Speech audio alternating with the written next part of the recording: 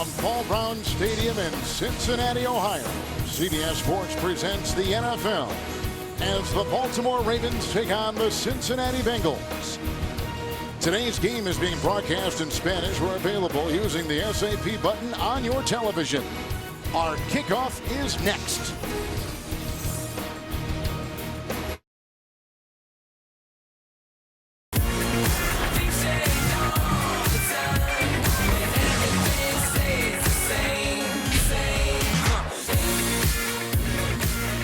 John Harbaugh is the coach of the Baltimore Ravens. He's taken them to the playoffs in all 5 of his seasons. And Marvin Lewis with his 2nd consecutive playoff season. The first time in over 30 years the Bengals have had back-to-back postseason berths. We've had the flip of the coin. The Bengals won. They have deferred. So Baltimore will get the ball first. That means quarterback Joe Flacco and the 10-5 AFC North champion Ravens will get it. Josh Brown is the kickoff man and the field goal guy. Mike Nugent, who had been the longtime kicker for this team this season, with a right calf injury, put on the IR on Friday. So Brown will kick off. And deep back, the electrifying Jacoby Jones, who has been nothing short, Solomon, of sensational this year for Baltimore. Oh, John Harbaugh, the head coach of the Baltimore Ravens, was very clear. He said, our goal is to be conservative with injuries while trying to win the game. That tells you that it's priority number 1 to come out of this game healthy. This is the second and final time these two teams will obviously meet this year as the ball goes off the tee. In the opening weekend, it was a Monday night game in Baltimore with a crushing Ravens win over the Bengals. But as the Ravens told us last night, they were a different team then. In our view, they're much better now. John Harbaugh says that this is one of the most improved teams in the National Football League, the Cincinnati Bengals. They know how to win. They have grown as a young football team. Here we go, the Bengals and the Ravens. And the ex-Texan, Jacoby Jones, will bring it out, and we are underway with a couple of blocks and out to about the 40-yard line, and hit on the play by Adam Jones, a 23-yard return. This takes us to the quarterback, Joe Flacco, for the Baltimore Ball Club, and he has had a series of success. He's just shy of 4,000 yards this year. One thing that he wants to do against this ravenous pass rush of the Cincinnati Bengals is go up tempo, try to slow them down, keep them on the field. He feels that if he can test their conditioning, that'll slow up this pass rush and allow him to make some completions down the field. We'll bring the fullback, Vontae Leach, over the bottom of your screen. First down and 10 from the 20. Rice looking for a Burke block, and then a tackle is made by Geno Atkins on the play. There is no gain. It will be 2nd and 10. The offensive line held the Giants defense to 0 sacks and just a couple of quarterback hits last week. The Pro Bowl guard Marshall Yanda will not play today. Bobby Williams, a longtime Bengal, will start in his stead. Wide receiver Torrey Smith broke out of his mini slump last week with a very good game, but Ray Rice, rushing for 107, was a big part of Baltimore's win. 2nd down and 10. Leach going to the Pro Bowl, and it ended on the play with a nice move by Reggie Nelson on a gain of 2. Up to the 22. That Bengal defense, the front 4, has started every game. And defensive tackle Geno Atkins, amongst the best in the NFL. He is going to the Pro Bowl. Linebacker Ray Maualuga leads the defense in all kinds of categories, but Burfict leads them in tackles. He is a rookie free agent and has been terrific. And in the secondary, Nate Clemens will start for the injured Terrence Newman at the left corner. And we have a player down across the way for the Baltimore Ravens. And it is Vontae Leach. So as they look at Leach, we take an injury timeout in 14:02 in the first. Well, that's not a good sign to see your starting Pro Bowl fullback out in the first series of the game. Especially when you come in saying that, injuries and health concerns were priority number 1. 3rd down and 8. Rice in the backfield. Smith on the move.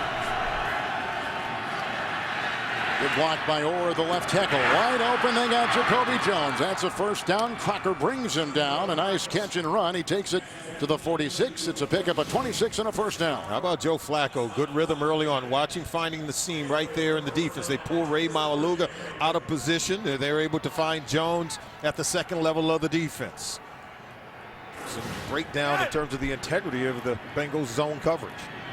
There's a 1st and 10. Adam Jones just about knocked that away from Jacoby Jones on a gain of 4. He's up to midfield. Jacoby Jones with his 28th and 29th receptions of the season here. And there goes Vontae Leach.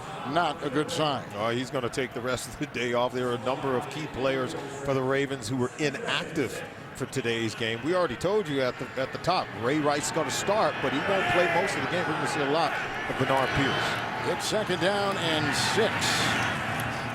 And that's a 3-yard gain for Rice, who was hit by Crocker among a couple others. They bring him down at the 47-yard line of Cincinnati. The Baltimore Ravens, we told you they were coming in with health concerns as priority number 1. Terrell Suggs inactive. Bernard Pollard's experiencing some chest pains. He's going to be held out of today's game. Haloti Ngata, Ray Lewis, we know he was activated this week. He'll be active when they head into the playoffs. But right now they're giving some players considerable time off to get rested for the postseason. In the nickel, 3rd and 3, and Flacco a little bit high and wide and incomplete. Torrey Smith was in his sights, and the coverage by Nate Clemens. And on the first possession, Baltimore's got to punt the ball. The Cincinnati Bengals defense has been phenomenal on 3rd down. Last week in Pittsburgh, they held the Steelers to 2 of 11 on 3rd down plays. Their defense has grown up, led by this defensive line. They're getting stops and getting the ball back to their offense. Brandon Tate there was on the right. He's going to retrieve this punt that comes from Sam Cook, who is at 48 gross and 41 yards net. And a flag. I think we have a Bengal penalty. And that means a 1st down for the Baltimore Ravens. Wow. That's as good as a turnover. Yeah. Neutral zone infraction. Defense number 34. 5-yard penalty that results in a 1st down. Crucial penalty. Not a way to go, and a penalty goes on Cincinnati. Daniel Herron, number 34. You can see him right there. Pulled off sides, give the ball back to the Baltimore Ravens. That's as good as a turnover. And just when your offense is about to get the ball, you go ahead and give it back. New set of downs for Joe Flacco and the Ravens. So the 7th play of the drive. In the backfield is Bernard Pierce, the rookie from Temple, 3rd-round pick. Flacco. Reed had a nice block at the guard, and here is the aforementioned Pierce, and he's brought down on the play by Maualuga on a gain of 4. They put him down at the 38. Now, we asked both these teams, Kevin, including Vontaze Burfict, what's the difference between this team, the Cincinnati Bengals, and the one that played week 1 in Baltimore that lost 44-13. Defensively, they have improved tremendously. 2nd down and 6. A Pat Sims tackle, and it was made on the running back Pierce. Very close to a 1st down, gain of about 5. So it'll be 3rd down and about a yard, and let's put him at about the 33. And you ask, how have they improved defensively? Remember, Vontaze Burfict didn't even play in that week 1 game, and now he's emerged as a tremendous starter on this football team. Carlos Dunlap did play, but had missed the entire preseason, so he was less than 100%, as was many other players defensively, and that's why this team has improved at the end of the season, having won 6 of their last 7 games. Badgem in the backfield as a fullback, 3rd down and 1. Here they come after Joe Flacco, running for his life and throwing it down the near side. Lawson was chasing him, and also is being pursued by Carlos Dunlap. It's incomplete. It's 4th down. They got a punt. Well, they don't allow anyone to get out in terms of their routes. And look, they're jamming guys. They're getting pressure in the face of Flacco. Flacco is forced to overthrow this one. Good coverage on the back end of the defense, but even better pressure on the front end, getting pressure on Flacco. Oh, that the punting unit was going to come out, and they were about on the field, and then they were reeled back by John Harbaugh, and so they're going to go for it on 4th and 1. How about Harbaugh? Let's get some points early before we start taking guys out of the game. Couple tight ends. You can see Badgema here and Dixon at the bottom of your screen. And the handoff goes to Pierce, and he has backed his way into a 1st down at the 30-yard line and brought down on the play by Burfict on a gain of 3. Well, how about that? They're running behind their big guys on the right side of that offensive line, and they get some movement up front, 4th and 1. They caught the Bengals off guard a little bit. So they were able to sustain this drive now. 10 plays, 4 runs, 6 passes. So Flacco off to a good start, but they're getting good movement up front by their offensive line. Ray Rice has come in. The big play on the drive, a 26-yard pass to Jacoby Jones. Here's a 1st and 10. Rice and the end around Torrey Smith. He dances with Dunlap. He gets a block from his quarterback, and then he is brought down And a loss on the play of 4. Perfect is right there, and the two young players kind of going at it. It'll be his second down and long. Both guys are being testy. And watch, he'll come around, but watch number 96. Dunlop does a good job. Get upfield. Now make that tackle. Big guy gets shook a little bit by Torrey Smith, but he allows the other guys to rally. That's one thing Cincinnati Bengals wanted to do defensively. Get all 11 to the ball. They're so well coached in terms of their discipline by their defensive coordinator, Mike Zimmer. Leach out. Benjamin is the fullback, and Rice on second down and 14. Lawson had a hand on him. So did Perfect. It's a gain of 2. And he's back down to the 32-yard line of the Bengals. Cincinnati Bengals defense, they've allowed 12 points per game over the last 7 football games. The second half of the season, I don't think there's been any better defense than what we're seeing by Mike Zimmer's group. He coaches them hard, Kevin. He coaches this defense to contest every single play. You can see the numbers there, where they've really turned it around over the last 7 games. Flacco looks into the nickel, 3rd and 12. And it's going to loop over the head of Dennis Pitta, who is covered on the play by Chris Crocker. And we have some shoving after the play. Perfect coming there against Rice. And a flag, as you see, was thrown. Ron Winters is our... Burford better hope that this flag isn't on him, because he's going to hear it from Zim. He will hear it. Sustain the Baltimore drive. We've already seen one penalty. You know, you were talking before about how the defense has improved. We did them a couple months ago in Washington against the Redskins. They were number 30. After the play, personal foul, unnecessary roughness, offense number 27. They're going to call it on Ray Rice. On the ground and obviously out of the play. It's a 15-yard penalty, 4th down. So Ray Rice getting a little testy out there. Yeah, he and Vontaze Burfict going at it a little bit. And watch him coming in right here. He's going to block. He low cuts Burfict right there. Ooh, but then it's right there. So he plays over. He takes a second shot. He's just staying alive, though. I don't know that he's going to get an earful for that, because that's an effort play, and coaches love effort plays in their football team. This is a heavily penalized Baltimore team, by the way. They have the most yards penalized against them and the 4th most penalties assessed them. Tate, fair caught about the 11-12-yard line on a 35-yard punt. So here come the Bengals. We have no score. We're in the first from Cincinnati. NFL on CBS is sponsored by Southwest Airlines. Find our fares online only at southwest.com. Bud Light, the official beer sponsor of the NFL. Here we go. And by Jeep. Visit Jeep.com to learn more.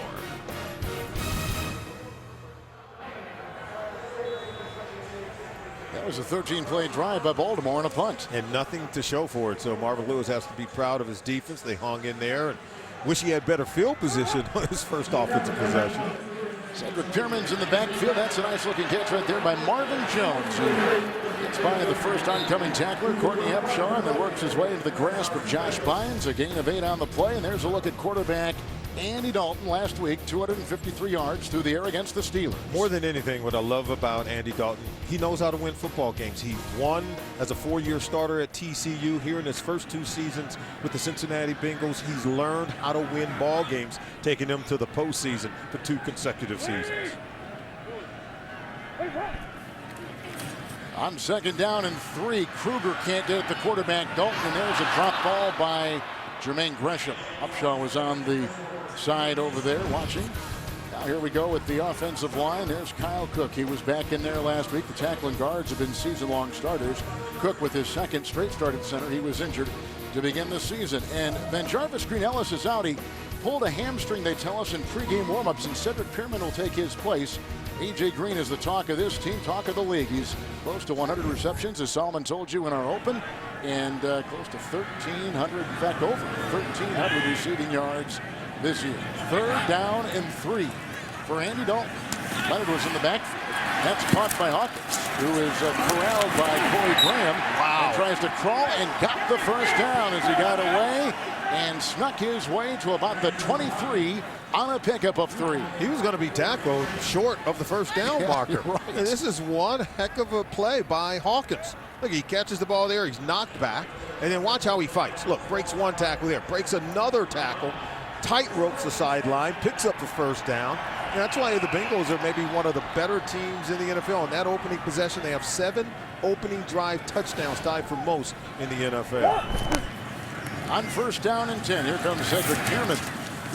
We get a block in there from Zeitler, the guard, and there's a gain after an Art Jones tackle of about 2 yards on the play. Kimoyatu is going to start today for Haloti Ngata, who didn't even make the trip. The 4-time Pro Bowler is back, and Kimoyatu will get the start on that line. There you see the linebackers, and this Donnell Ellerbe returned from an injury last week. He had a sack.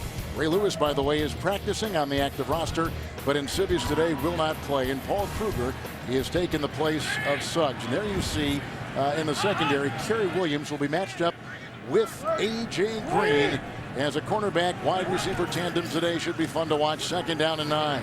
There they go again for Jones, and the coverage on the play by Corey Graham. Graham replacing Jimmy Smith.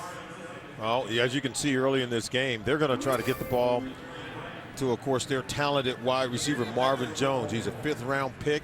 Last week he had an excellent game against the Pittsburgh Steelers. They're going to give him some opportunity to make plays. They've said no one has made more plays in practice. He has shown consistency in his ability to do it.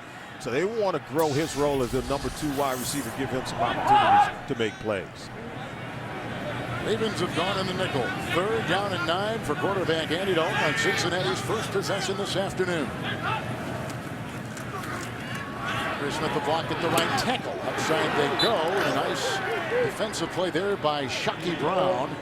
As they're going across the way, it looked like for Marvin Jones, and it's incomplete. They got a punt. Watch Shockey Brown. This is great coverage. He's playing the sticks, Kevin. He understands Marvin Jones wants to break it off right at that first down marker. He sat on that play the entire time. Look for him to get a double move maybe later in the game. They're going to try to beat Shockey Brown wanting to sit on those 3rd down routes. Kevin Huber will be punting, entering today, trying to set Bengal records for a season in gross and net punting. He's had a terrific season for this team. Lets one fly right back here to Jacoby Jones at the 19-yard line for the Ravens, and a nice tackle made by Jeremy Miles. It was a 56-yard punt, a 6-yard return. Miles the tackle, and we're in the first at 6:42. Back in Cincinnati Thursday on CBS, catch the first new Elementary of the year and see why it's TV's #1 news show. It's Thursdays, and it's only on CBS. Solomon Wilcots, Kevin Harlan. We've had possessions for both teams and punts both ways. Ray Rice looks like he's probably finished. He was just voted the team MVP, Solomon. He's the current AFC Offensive Player of the Week. 315 offensive touches coming into today's game. That's 6th most in the National Football League, so he is the workman-like horse for this offense. On the other side, you saw Bernard Pierce. He's now in place of Rice. That's an incomplete pass. It goes to the tight end, Pitta. 2nd down and 10 as we take you to New York and James. Luck, good start for Coach Pagano. 13 plays on the opening drive right here. 1-yard TD pass to Colby Fleener. Remember, Houston is playing for the top seed in the AFC playoffs. Indianapolis takes a 7-0 lead. The emotional ride continues. All right, back to Kevin and Solly. What a magical season for the Colts. And all eyes in Denver and New England are watching that game. If Houston loses, they could fall out of that #1 seed. Here's Pierce on 2nd down and 10 and wrapped up and not a lot of breathing space. There's Perfect once again as he's making a tackle. No gain on the play. They're going to stay at about the 26. Well, you love Vontaze Burfict. Yeah, he came in, dropped out of the draft. He was supposed to be a high draft pick coming out of Arizona State. He went undrafted. The Bengals go ahead and signed him as an undrafted free agent. Mike Zimmer ripped him every single day. He told us about it. He said, but he has changed me. He says that Mike Zimmer's signature is on his performance every time he goes out to play football. 3rd down and 10. Allen was the running back at the side of Flacco, and here they come, and down he goes, and Michael Johnson coming up the middle. Wallace Gilberry was there as well. The two combined, loss of 9, back to the 19. They got a punt. Oh, I love Michael Johnson. What did he tell us, Kevin? He says, hey, there's no time to rest. Sundays are my best days. You can see his pressure coming off the right side of the defense. Pressure in the face of Joe Flacco. He said, if you were going to give me rest, let me rest during the week. As you can see, 48 sacks now tied them with Denver's most in the NFL. He had a sack last week against the Steelers. He had a game against the Redskins earlier, week 3, where he had 3 sacks in that game. Number 10 right there. Here's the punt coming up from Sam Cook. And Adam Jones will weave his way, and Reed, the reserve wide receiver, will bring him down. 43-yard punt. It's a 6-yard return. The jubilant defensive line of the Bengals. The NFL on CBS is sponsored by AT&T. Rethink possible. And by Nationwide Insurance. Nationwide is on your side.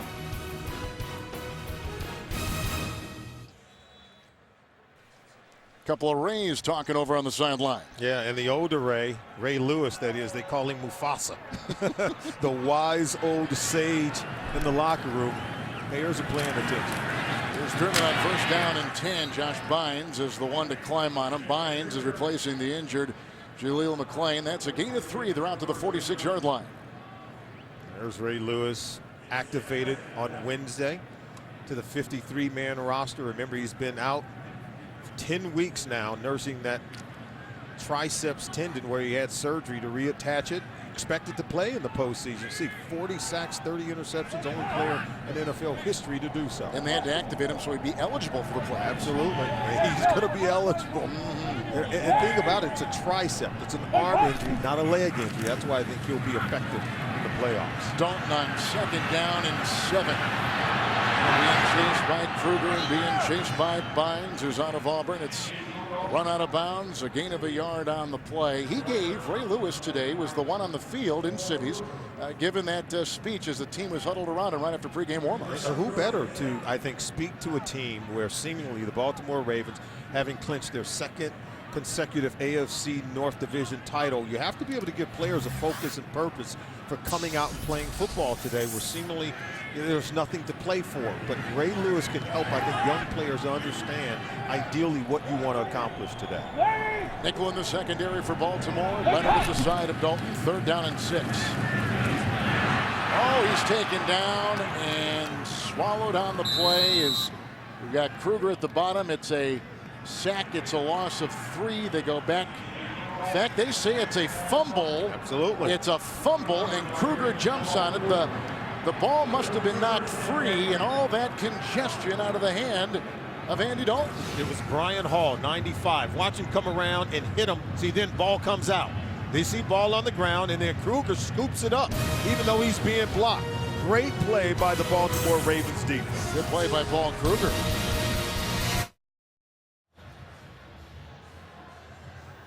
Welcome back to Paul Brown Stadium. They're going to review this play, Kevin, as Brian Hall comes in on Andy Dalton. Remember, the tuck rule applies. His hand is coming forward.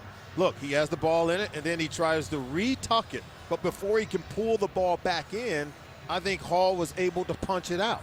Kruger clearly recovered it. It was ruled a fumble on the field, and the ball was recovered by the Baltimore Ravens. So the tuck rule applies. Was he attempting to reestablish the ball? And did the ball come out before he was able to reestablish it in both hands? I think the ball did come out. I think it should be ruled a fumble. It'll be interesting to see how it's ruled after the officials take a look at it once again. It was not challenged. Every turnover, as we've been telling you all season long, is reviewed automatically, as is every scoring play, and that's where Ron Winters is right now under the hood, taking a look at it, and we'll make some kind of decision. As it stands right now, there is a new quarterback on the field for the Baltimore Ravens. 2nd-year Virginia Tech quarterback Tyrod Taylor is on the field right now in relief of Joe Flacco, who will be finished. And this is not a surprise because of the use of backup personnel basically for the majority of the game for Baltimore. They consider, the Ravens are kind of considering this game almost like their bye week, and resting a lot of starters. And we, I think, have to be clear in saying that Coach Harbaugh said they want to win this football game. Sure. Anytime they win or play in the division, they want to win. They've won 12 of their last 13 games in the AFC North. That's something they want to continue, but they want to accomplish some other things as well. And taking a look at a Tyrod Taylor, giving him an opportunity to play. They believe he's a very accurate quarterback. They believe he can play very well. He's earned the right to play a little bit by the way he's practiced. So I think you can play players like a Tyrod Taylor and still expect to go out and win if you're the Baltimore Ravens, because I think priority number one is emerge healthy and strong for next week's postseason game. We were visiting with some personnel people in the press box before the game. They kind of think the Ravens' opinion of him is that he's kind of has a Russell Wilson type of feel about his game. And that's high praise. And Yeah. Tyrod Taylor, I watched him a lot in college at Virginia Tech. Won a lot of ball games, manufactured some wins, understands how to manage ball games, and getting him some experience at the NFL level now in his second season and the season finale. I think it's a great opportunity and a good stage playing within the division. Well, one thing about Ron Winter, he takes his time and makes sure he's got it right. He's still looking, and now I think he has emerged. Yeah, this may be overturned. Was he attempting to retuck it? Did he retuck it? I think that one's close, because just before he retucks it to his left hand, his non-throwing hand, the ball came out. After review, the quarterback's arm is going forward and the ball came loose. Therefore, it is an incomplete pass. Makes it 4th down and 6 on the 47-yard line. Please reset the game clock to 4:01. And that's what the tuck rule says. If it's an empty hand coming forward, then it would have been ruled a fumble. But the ball was in his hand as it was coming forward and beginning to retuck it, so they're considering it an incompleted pass. That tuck rule is one that I just never liked. Well, it just takes away the hustle and effort of the defense. I'm sure Andy Dalton likes that tuck rule, but it's not one that guys who played on the defensive side of the ball can embrace. Another punt coming up for Kevin Huber, who last week against the Pittsburgh Steelers averaged over 52 yards per punt, and his net was over 48, which is just jaw-dropping. Here is the punt with Jacoby Jones back. He's going to nail this one. They can't catch up with it. Jeremy Miles is chasing it down the sideline. It is a 53-yard punt. Another good one, though, by Huber to the 20-yard line. Here comes Tyrod Taylor, 3:52 in the first. Y'all thought your fantasy season was over. It's not. NFL Playoff Challenge is back and better than ever. You could win a trip to Super Bowl 48 in 2014. Play today at NFL.com/fantasy. 2 Baltimore possessions, 2 punts. 2 Cincinnati possessions, 6 and out, 3 and out. Joe Flacco's day is finished. Tyrod Taylor out of Virginia Tech is the new quarterback, and they'll take the offense and the keys to this the rest of the way. 1st and 10 from the 20 on the touchback and the punt. And here is the running back, rookie Bernard Pierce. 78-yard run last week against the Giants. 123 total, picks up 7 right there. Solomon, he's up to the 27-yard line. Oh, Bernard Pierce is one of those guys you got to watch out for, because John Harbaugh said it. He's sneaky quick. He's one of those guys that every time he touches the ball, he's always falling forward. He's never losing yards. His ability to break tackles, it's at a premium. He's very elusive. 2nd down and 3. There's also a new center in there. We'll talk about that. Here he goes again, busting one up into the secondary. Brought down on the play by Reggie Nelson. 14-yard burst. He's to the 41. Let's go to New York and James.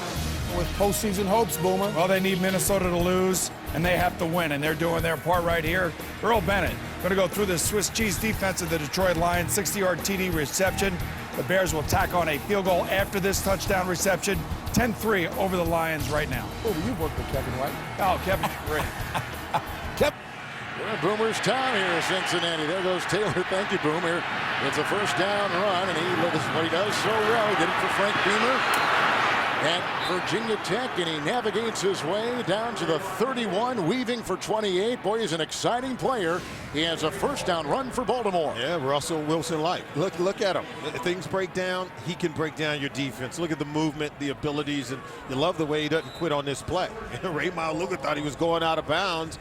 Look, he's not going to stop. Chris Crocker misses him, and now he's picking up even more yards.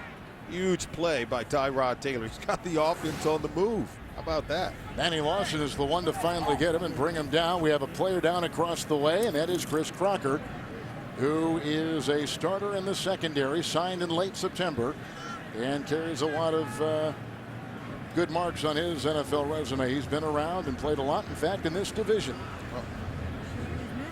And while we wait for him to come off the field, let's go back to New York with Boomer and James. All right, Giants hoping, Boomer. Well, this is the real Super Bowl champions that we're seeing playing today. 21-0 over the Eagles. This is Eli Manning's third touchdown pass. He's 6 of 7, 116 yards. 21-0 Giants over the Eagles as they just get started into the second quarter. I'm sure Kevin will set the stage for the postseason. Kevin and Solly.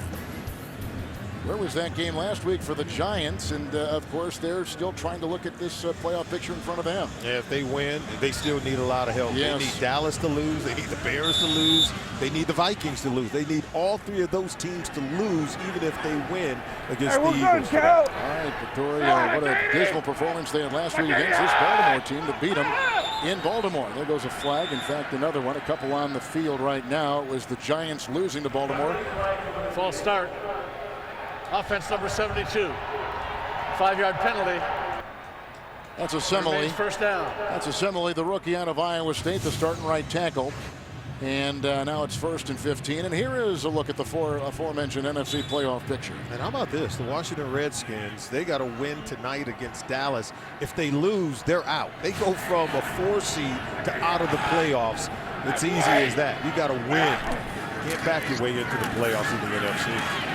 It's Bernard Pierce and Tyrod Taylor. There goes a flag, and there goes Pierce as he takes it inside the 30. He's brought down by Perfect and hit on the play by Taylor Mays. A gain of 9 as it stands right now.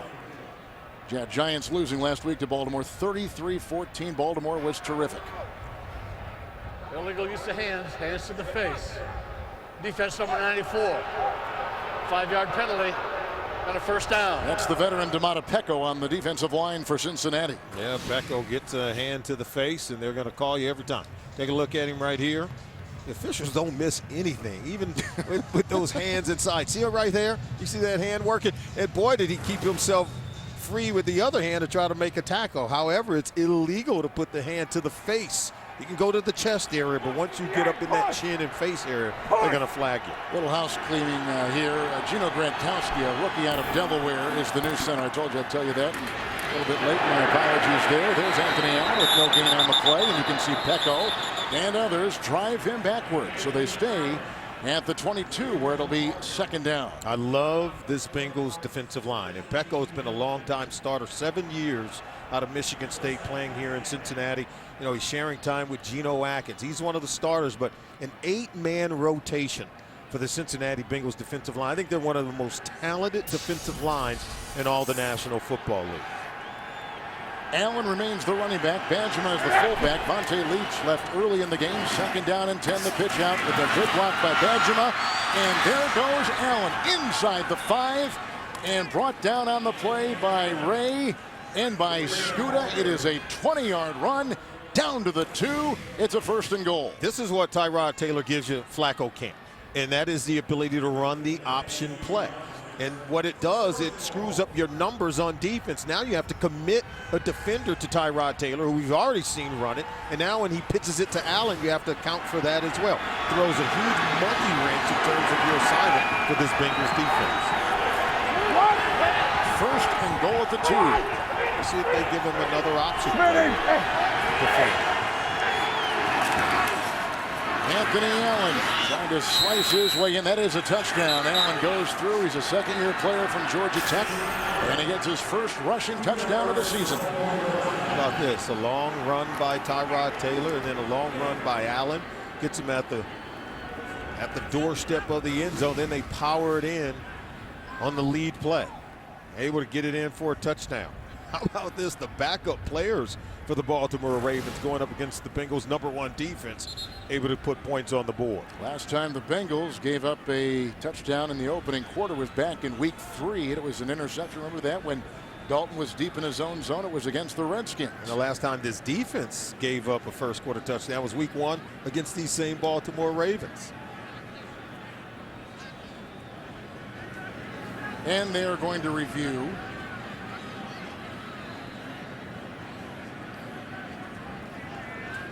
as they always do. Yep, we had the 28-yard run by quarterback Tyrod Taylor and a 20-yard run by Anthony Allen, capping a 7-play, 80-yard drive.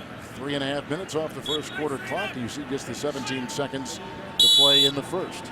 You know, we're always trying to get these coaches to tell us who's going to play. They don't want to tell us anything. I think they're going to tell them Tyrod Taylor is going to play. I think the Bengals defense prepares differently. They like him. And there's the extra point. One more put on there. Baltimore's on top 7-0.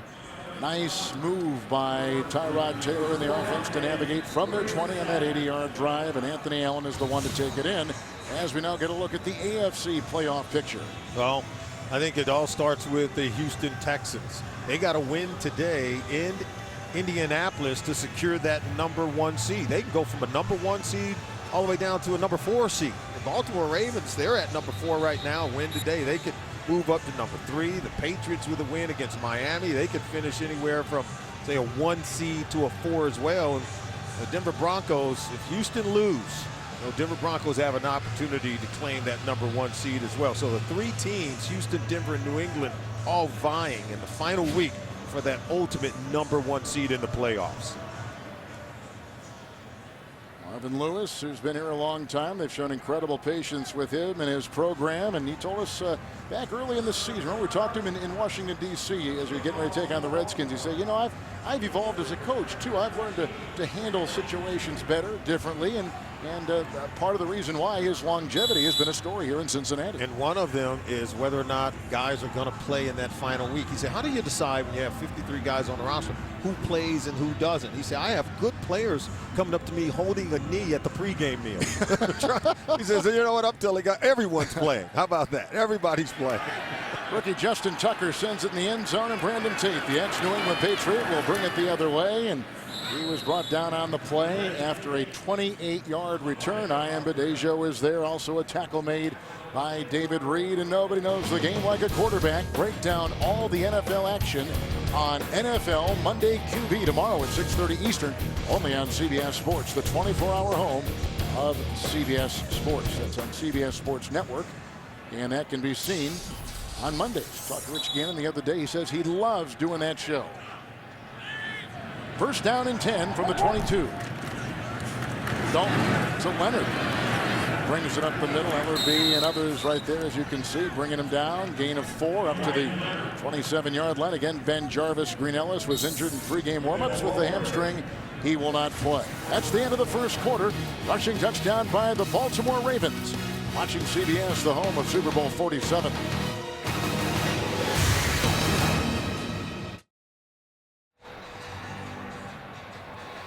Popular place around the heaters on a 30-degree afternoon. There's not much wind here in Cincinnati, but cold nonetheless. They had snow earlier in the week. We start the second quarter with the 2nd down and 6 for the Cincinnati Bengals at their own 27-yard line. Andy Dalton remains the quarterback, and here is Leonard. Finds room and then is brought down as he takes it up the middle. Donnell Ellerby brings him down, the second leading tackler on this Raven defense. It is a gain of 9 on the play, and he's up to the 36. And coming up on the Verizon halftime report, John JB, Dan Shannon, Boomer, and Coach Bill Collins for the latest scores and highlights. All coming up on the Verizon halftime report from our cozy CBS studios in New York. First down and 10. It's the offense of today. Some of the numbers you see.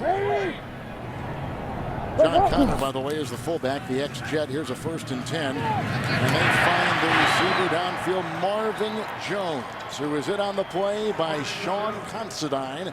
It is a 14-yard pickup to the 50-yard line, another first down.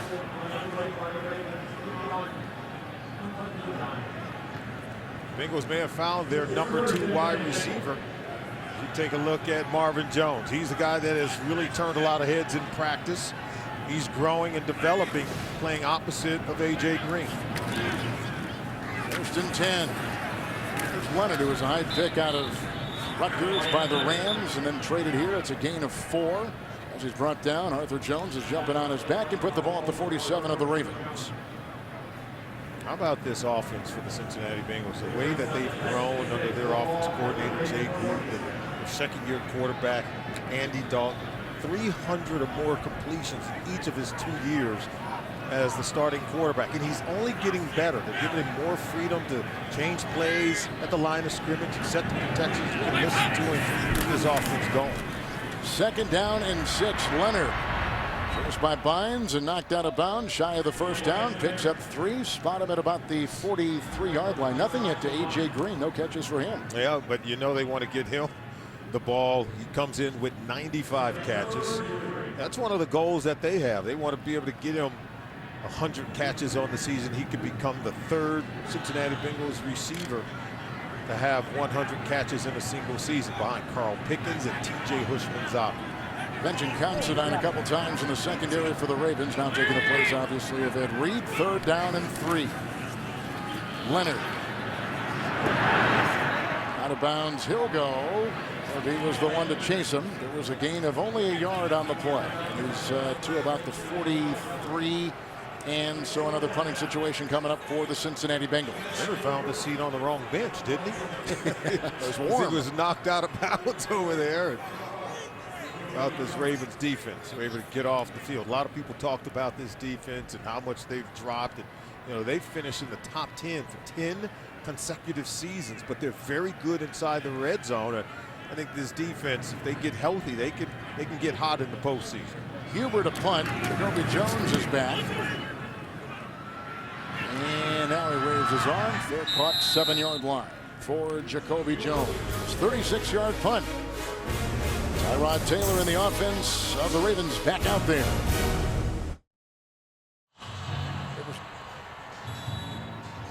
Chilly day here in Cincinnati. 12:24 in the second quarter. Baltimore's last drive. 7 plays, all runs. Let's see what Tyrod Taylor orchestrates here. About his 8, 1st and 10. The backfield is Pierce. Somebody moved. We know on the line it was Walsh Gilbert, 95. Maybe he was induced. False start. Offense number 78. Half the distance to the goal. Remains first down. Michael Orr is now out, and they've got in veteran Bryant McKinney. This is where the Ravens offense does not want to be. Tyrod Taylor got to protect the football in this situation. First and 14 run here by Pierce, breaking a nice tackle from Nelson and goes in the secondary and hit by Taylor Mays and also knocked down by Clemens. It's a gain of 9 to the 13. Well, the Ravens got it going by running the football. Tyrod Taylor, backup quarterback, on a 28-yard run and scampered in. They go read option, pitching it over to Anthony Allen for a 22-yard gain. Then he powers it in from 1 yard out. We talked about the 7 plays, 80 yards. All of them were run plays to get it into the end zone for the Ravens offense. 2nd down and 5. Taylor to the bursting Pierce, who takes it up to about the 23, 22-yard line. It is a gain of 9, a first down for Baltimore, and some much-needed breathing space. Watch how Pierce just will split the defense. See him right there? He goes inside that block instead of outside. They'll be able to get underneath Ray Maualuga. You can see they punted in their first 2 possessions. Then they go 7 plays, 80 yards. They're on the move again. Here's 8 carries and 56 yards, offers a block.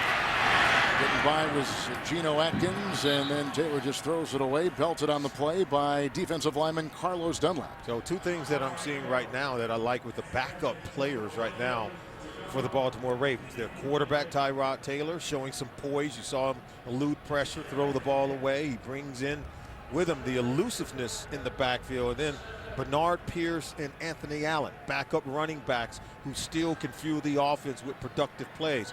I'm liking what I'm seeing with Bernard Pierce. Every time he touches the football, giving Ray Rice an opportunity to rest. Harewood is the guy that's shuffling right there. He is a reserve lineman, and the handoff to Pierce, and jumping on his back was perfect, and he gets as far as the 23. They're going to give him a gain of 2. And so that play now will result in a 3rd down coming up. Bernard Pierce, 3rd-round pick out of Temple, coached by the great Wilbur Montgomery, one of the better running back coaches in the National Football League. He can get you ready to play at this level. You learn the protections, you learn the passing game, and then the ability to tote the rock. That's something that you got to bring with you. Taylor looks into the nickel. It's 3rd down and 8.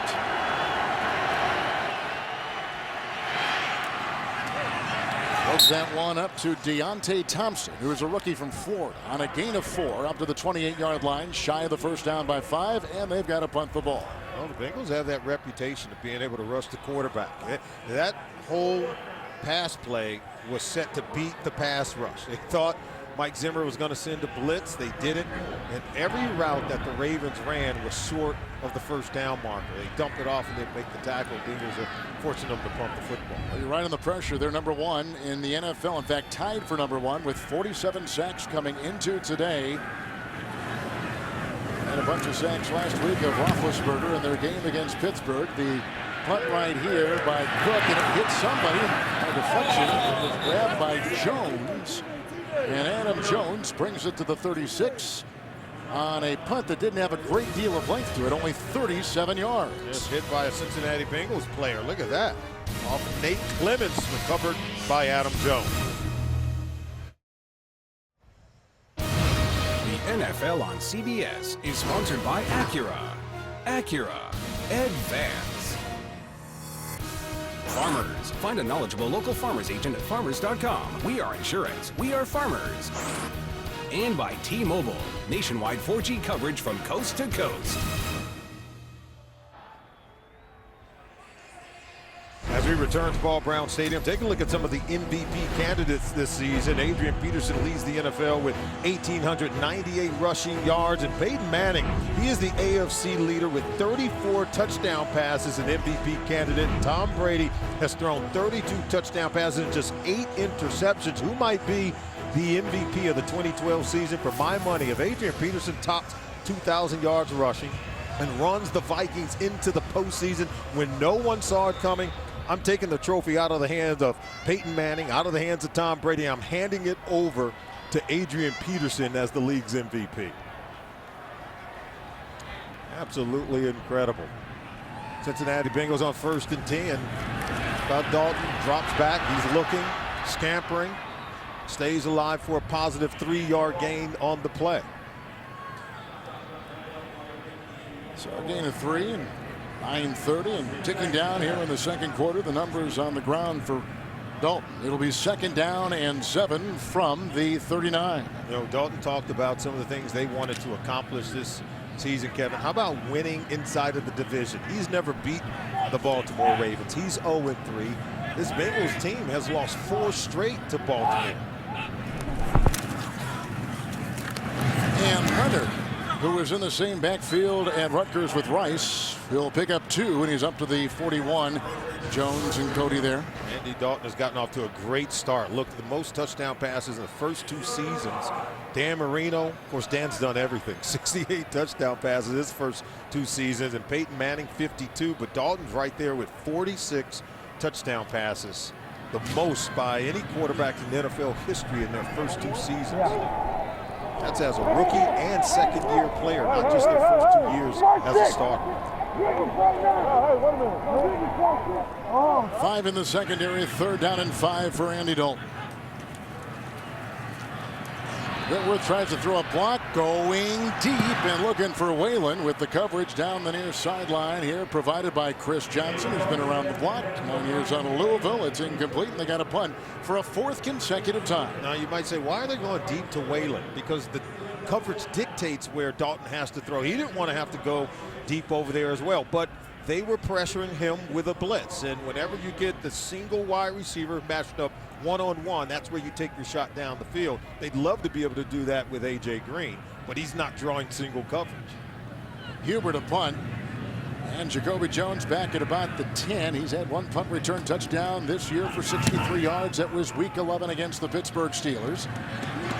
And again, signals for a fair catch, and well placed at about the 14. Good hang time, 44-yarder. We're at 8:11 to play in the first half in Cincinnati.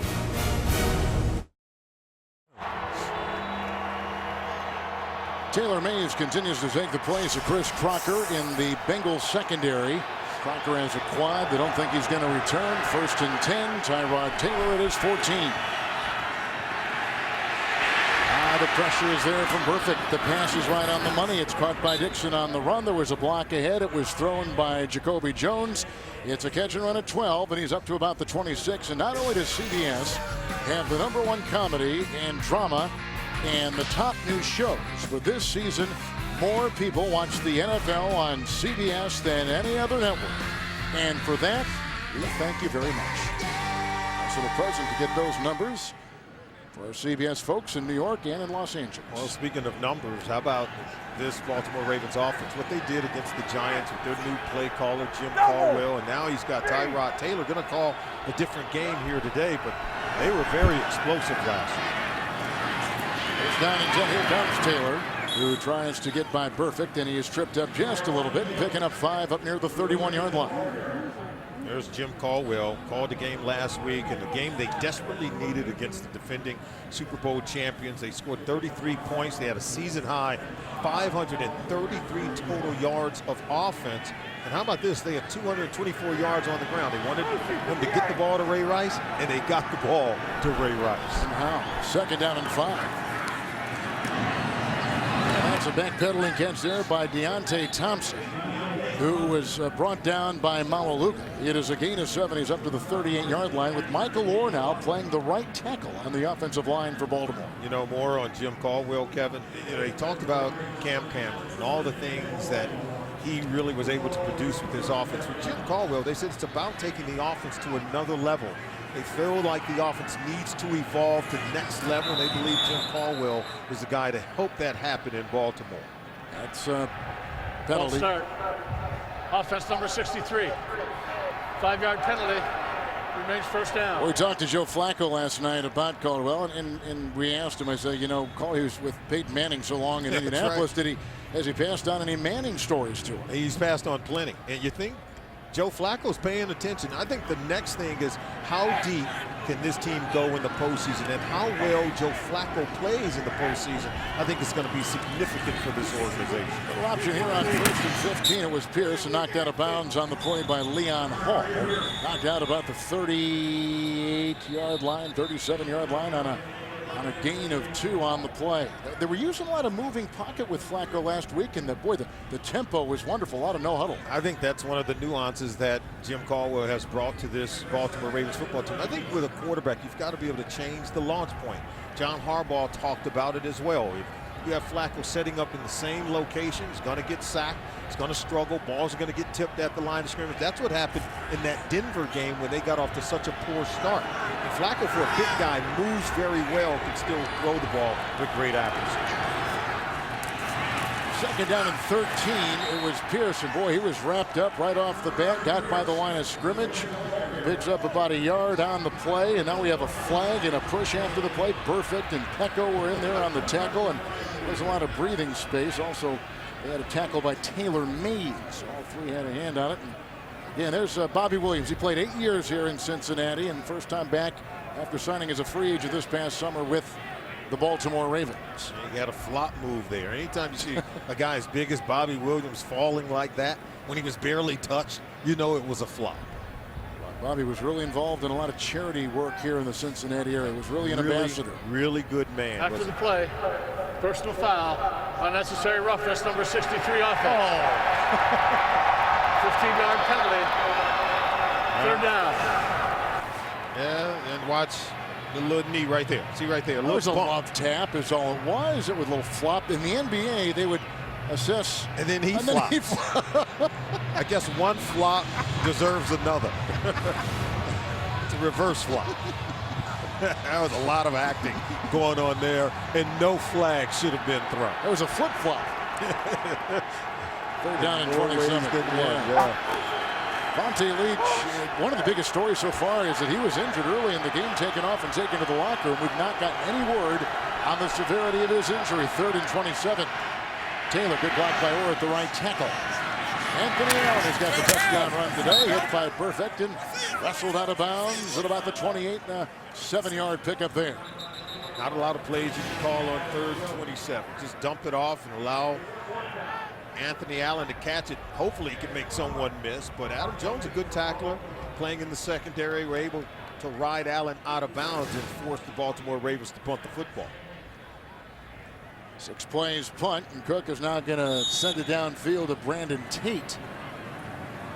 Nice Did a run last week. Did take a 23-yard shovel pass against Pittsburgh that came at a very opportune time of the game. He's going to signal for a fair catch here. Make it at his own 30. Clock at 5:01 here in the second on the 42-yard punt. Chilly day in Cincinnati. Here come the Bengals. The NFL on CBS is sponsored by Microsoft Surface and by the all-new Honda Accord. It starts with you.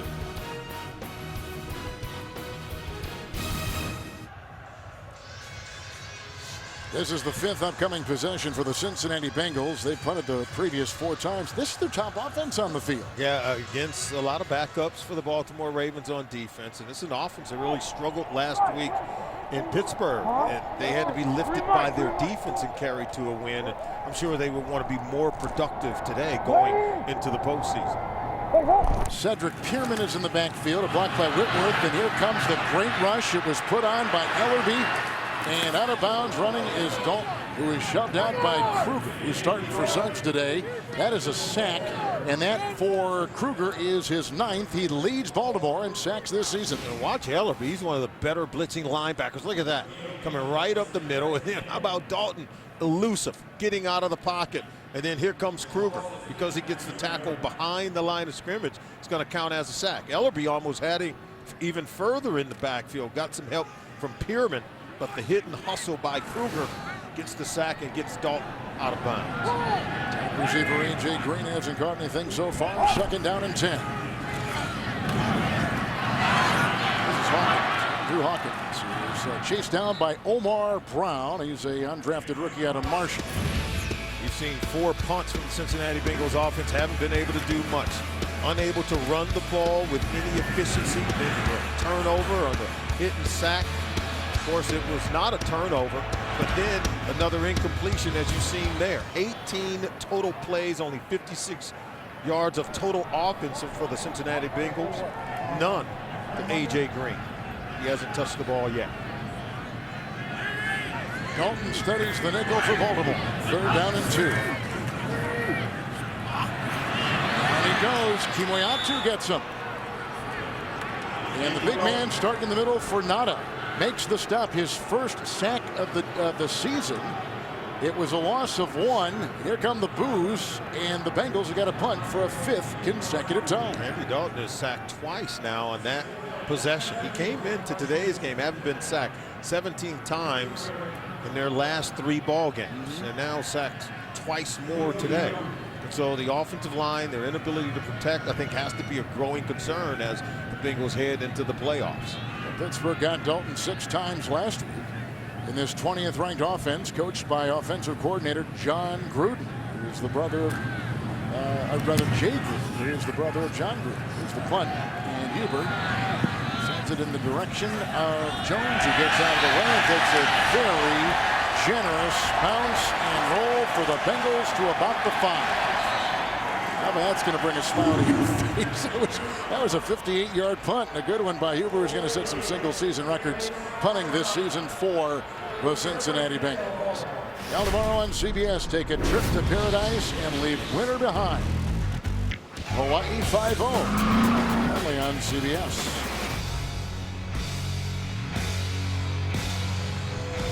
Now here come the Ravens. They had Flacco go for a couple series. They brought in Tyrod Taylor. He quickly raced downfield for 28. Allen ran for 20, and then Allen ran it in from 2 yards away, and that has been our story. Badjima, who is a tight end and / fullback, is back there. Vontae Leach is injured, as we've mentioned. It's 1st down and 10. And we're marooned at their 5, and we've got a stoppage of play.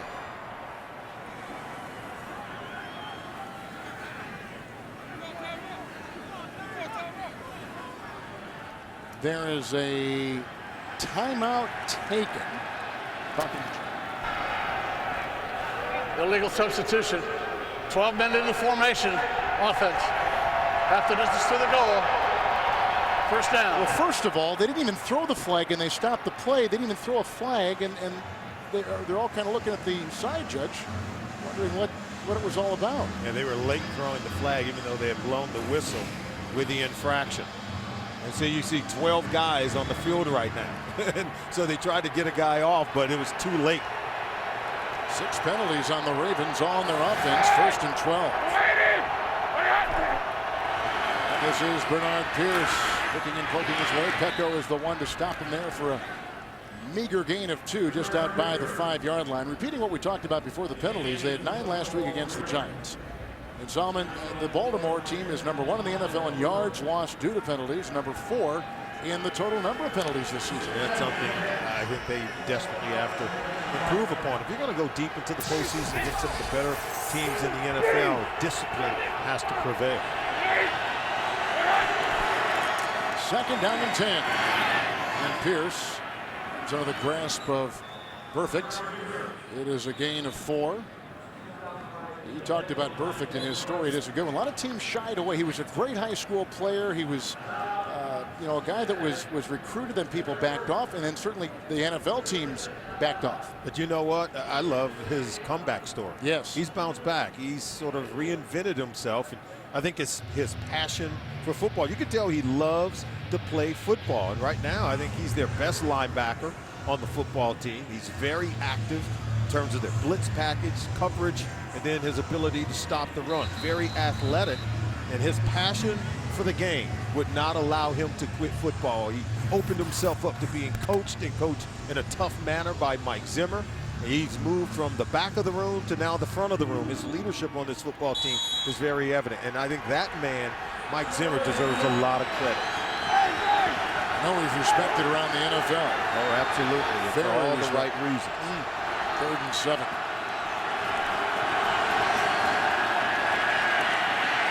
Taylor. Oh, he is brought down by Johnson. Michael Johnson comes through again. It's a 2nd sack by Cincinnati. It's a 2nd sack by Michael Johnson.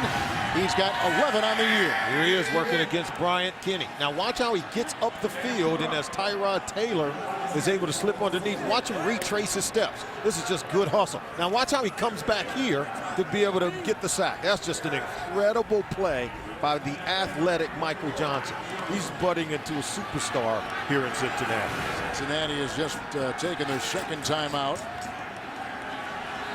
So that's the stoppage right now. The Bengals are the number 6 seed, and there is no maneuvering from that slot in the AFC playoff pictures. We've shown you they're 9-6. They have 6 road wins. They have a better road record than they do a home record. Well, you know what? They just really turned it around. They've got some athletic guys on the defense that are fun to watch.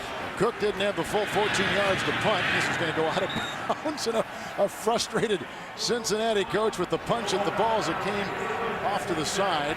It was a 40-yard punt by the it's Coach Simmons, Darren Simmons, and he wanted to get the return. Yeah, because he felt like if they could have caught that one on a better punt, that they would have been able to return it. See, watch as it goes towards him. He's like, I don't want the ball right here. I want it inside the 40. He's been here for a long time. Came here with Marvin Lewis and has coached some good special teams here in Cincinnati for quite some time. Good beginning field position here for Dalton from the 42 of Baltimore. They got it 1st down and 10. They go outside here, and that's a nice catch made by Jones, Marvin Jones, and he was brought down in the play by Kerry Williams. It's a gain of 7. We're at the 2-minute warning in Cincinnati with a 7-0 Raven lead.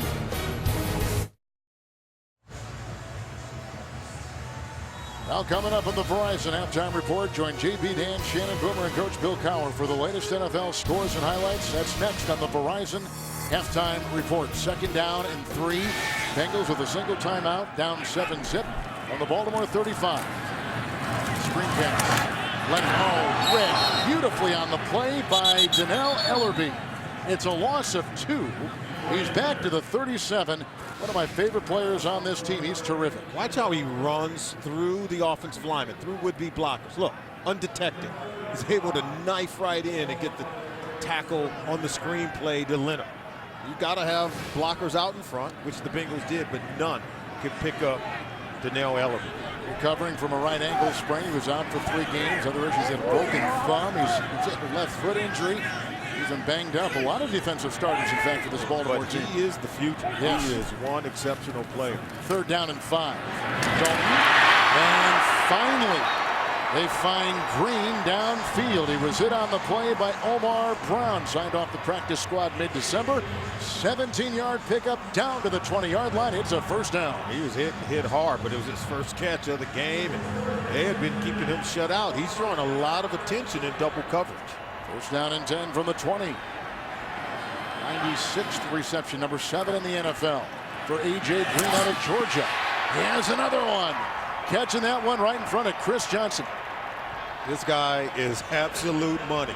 You can only keep him quiet for so long because he, up to this point, had not caught a ball. Look, they've got him shut off right here in man-to-man coverage. Now watch the double team. Safety in the picture and Ed Reed.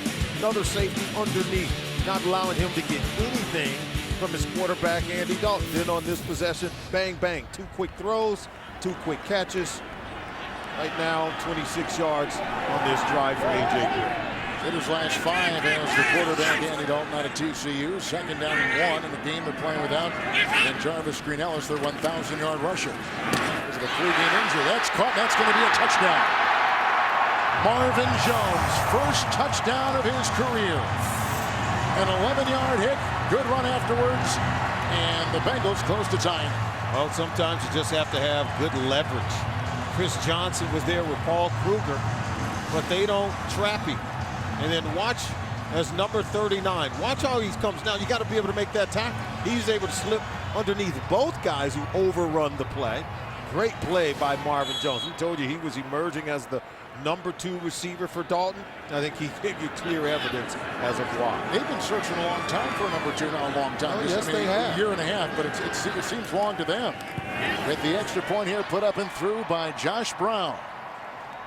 So Jones, who had a good game last week at Pittsburgh, 5 catches and 65 yards, a career day, comes up with his first touchdown reception and a good move afterwards, an 11-yard run. And take a look here at how long it's been for the Cincinnati team. Been a long time since some of these teams have won playoffs. How about the Kansas City Chiefs since 1991 for the Detroit Lions, and Cincinnati Bengals? Well, it's been quite some time for them as well. Got to go all the way back to 1990. And yours truly, my good friend Icky Woods. And wait a minute, wait a minute. Who's 41? Hey, man, we're having fun. And, you know, when you win, you get to do stuff like that. Right? That's what you call it fun. Yeah, yeah. I call it bad dancing. Well, see, you know, if you would have been down there with us, I'm sure it would have brought our score down some. You know? Well, and you didn't see dancing there. You saw a frozen picture. Yeah, I'm assuming. Frozen pictures don't tell you a whole lot. I'm assuming. We've seen some snapshots of you, and I made no judgments at all. I know. Let's stop. They like these 2 kids, and if Jones, who's a rookie and a 5th-round pick out of Cal, would begin to at least approach what Green can do, we're talking about the future of the receiving corps right there. Yeah, Jones had played behind their 3rd-round pick this year out of Rutgers, Mohamed Sanu, who's now out, and Jones getting an opportunity and making good of it. Here comes Jacoby. And brought down by Whalen, the reserve wide receiver. It's a 19-yard return. Well, the great thing about pictures, you get right back to them just as quickly as you want to. Now, see, you know what? Look at this. That tells you nothing. There was no style points. Now this, that tells you maybe some things that are a little bit different. That's Icky Woods, That's my right? good friend Icky Woods. Yeah. I don't know what we call that. That's my good friend Eric Thomas. What do you call him? He's a West Coast guy, so he's rather smooth there. I'm gonna give him high points for that. The Icky shuffle. Yeah, Kevin Harlan in that shot. That would be very interesting. Tyrod Taylor here with 3 timeouts, 1st and 10. 33 seconds to play in the first half.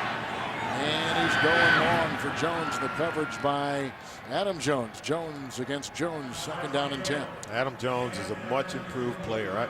He's being coached up by Mike Zimmerman. Played for Zimmer in Dallas when Zimmer was the defensive coordinator there.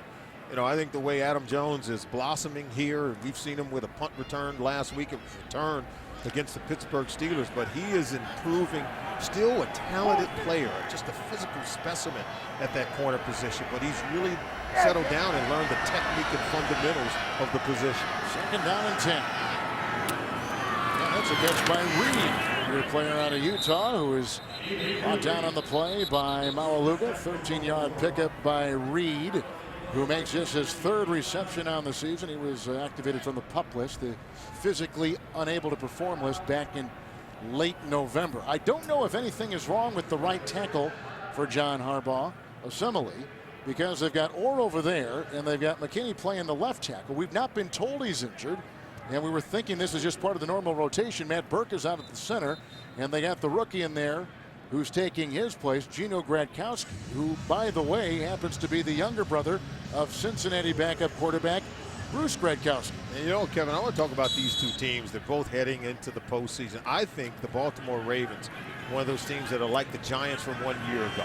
And they've stumbled and failed. They've had some adversity, but boy, they can get hot and I think go deep into the postseason, as can the Cincinnati Bengals. It's down in 10 for Tyrod Taylor, and that's grabbed by Dixon, who missed some time. So it's good to see him back out there heading to the playoffs, and brought down on the play by Reggie Nelson. And that is a gain of 11 yards to Ed Dixon, who is 3 years in the NFL out of Oregon. You see the target line just on the other side of the 40, a 38-yarder for Tucker. Now, we talk about the Cincinnati Bengals. They were going to go in as a number 6 seed, Kevin. Not many people expect them to go deep. Maybe going one and done for the 4th time under Marvin Lewis, who's taken them into the postseason now for 4 times since he's been the head coach here. But I think the Bengals are one of those much improved teams that could be very scary in the playoffs, particularly with the way the defense is playing.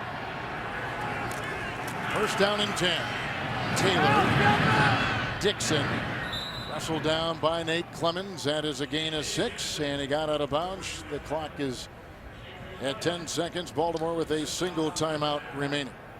What do you think about this Baltimore Ravens team if you get a Ray Lewis back in the playoffs? If you got maybe the way Jim Caldwell is designing plays for Joe Flacco and Ray Rice, the emergence of a Bernard Pierce and their ability to run the football, I think this could be a very dangerous team in Baltimore. They need about 15 yards. Second down and 4 for Taylor. The rush, the escape, and finally held, and it drags Carlos Dunlap with him out of bounds. No time remains, and at least on the clock, and let's see what they've captured on the field. There may be a second left, although Marvin Lewis and the Bengals are running off the field and headed to the locker room. So that's it. Ron Winter and his crew huddling right now. And John Harbaugh will take his team. Now hold on here now. Let's just see what they've figured out. This is the end of the first half. All right, we've had a rushing touchdown at 2 yards by Anthony Allen of Baltimore, with an 11-yard touchdown reception by Marvin Jones, the rookie receiver out of Cal, for the Bengals at the end of the first half. We're tied at 7. You're watching the NFL on CBS, the home of Super Bowl 47.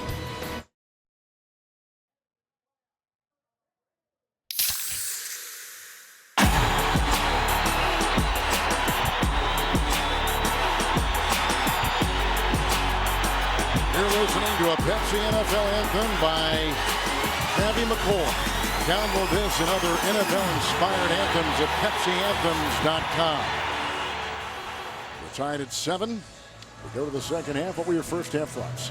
Well, I like the fact that the Baltimore Ravens have been able to give guys like Joe Flacco and Ray Rice some rest in this game, bringing in the backup quarterback Tyrod Taylor, backup running back Bernard Pierce, as well as Anthony Allen. It is the run game for the Ravens that got them going. You can see they're running some single option. They're pitching the ball out to Pierce, and then Allen powering it in for the touchdown. And then in the final 2 minutes of the half, Dalton got it going, getting the ball to Marvin Jones for a first half touchdown pass. You know, both offenses kind of taking it easy a little bit. It is the Ravens' ability to run the football is what I've been most impressed with.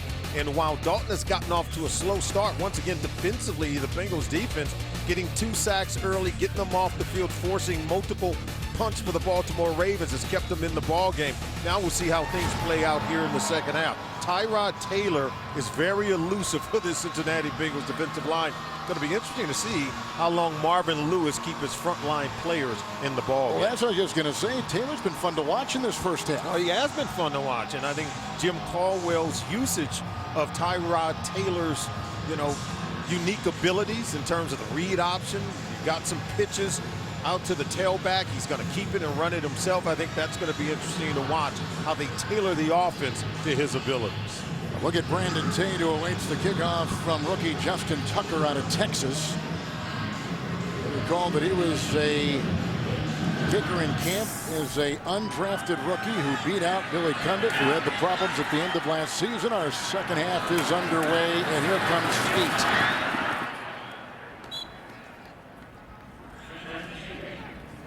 Okay, here's a 28-yard return, and Bruce Gradkowski is the new quarterback for Cincinnati. I told you it's going to be interesting to see how long they keep the frontline players in the ballgame. You have a tied ballgame. Gradkowski is a seasoned veteran, 7 seasons in the National Football League. He can put up some good numbers. You would expect that he can come in and play and give you some serviceable minutes and still be productive on offense.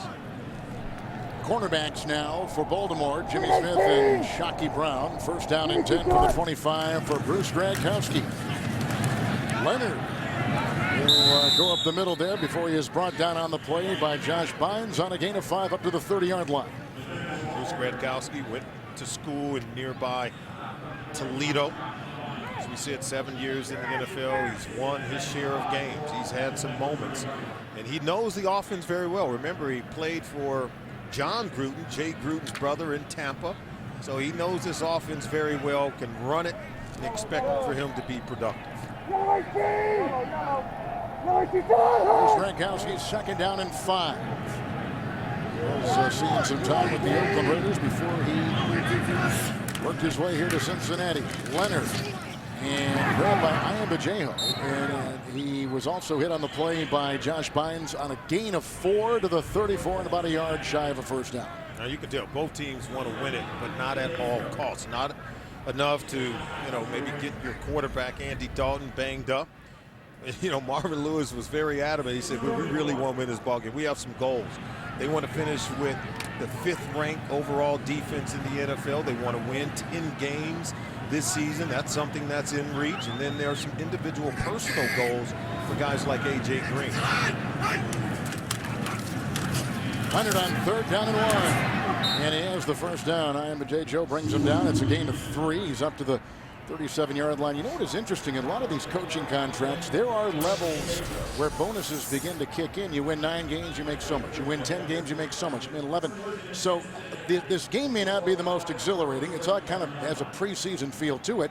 At the same time, a win is a win, and it might even affect monetarily. I think more importantly for players, they don't shut it down. They also have contractual numbers that they want to reach. For wins. Well, for statistics. Yes, exactly. Individual goals. First down and 10. Here's Gradkowski going outside.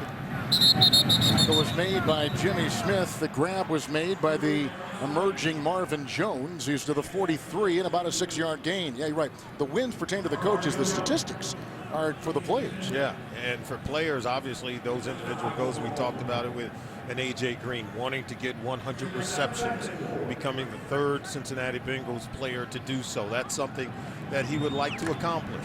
And A.J. Green was very clear about it. He said his #1 goal is to win. He said, and if I can win the game and then accomplish some of my own personal goals, that's how I prioritize. I thought it was a great answer. Second down and 4 for Bruce Gradkowski. Doesn't like what he sees. He's run out of time to make the decision, and a timeout taken in 12:09 in the 3rd. A tie game here in Cincinnati.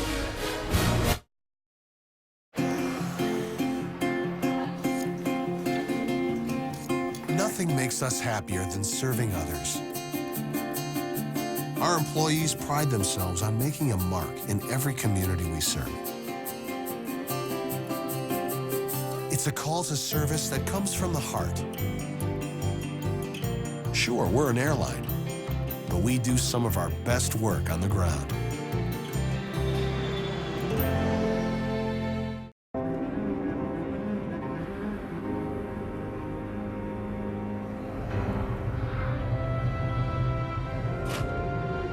Power your escape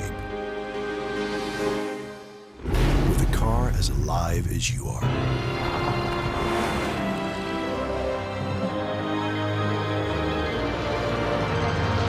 Introducing Instinctive All-Wheel Drive from Jaguar. one Bud Light fan will win 2 season tickets for the rest of their life. Your favorite NFL team, every home game for up to 50 years. So go ahead, do your lucky thing. How lucky are you? Go to facebook.com/Bud Light to enter. You really think it's him? Osama bin Laden? There's nobody else coming to the rescue. There's just us.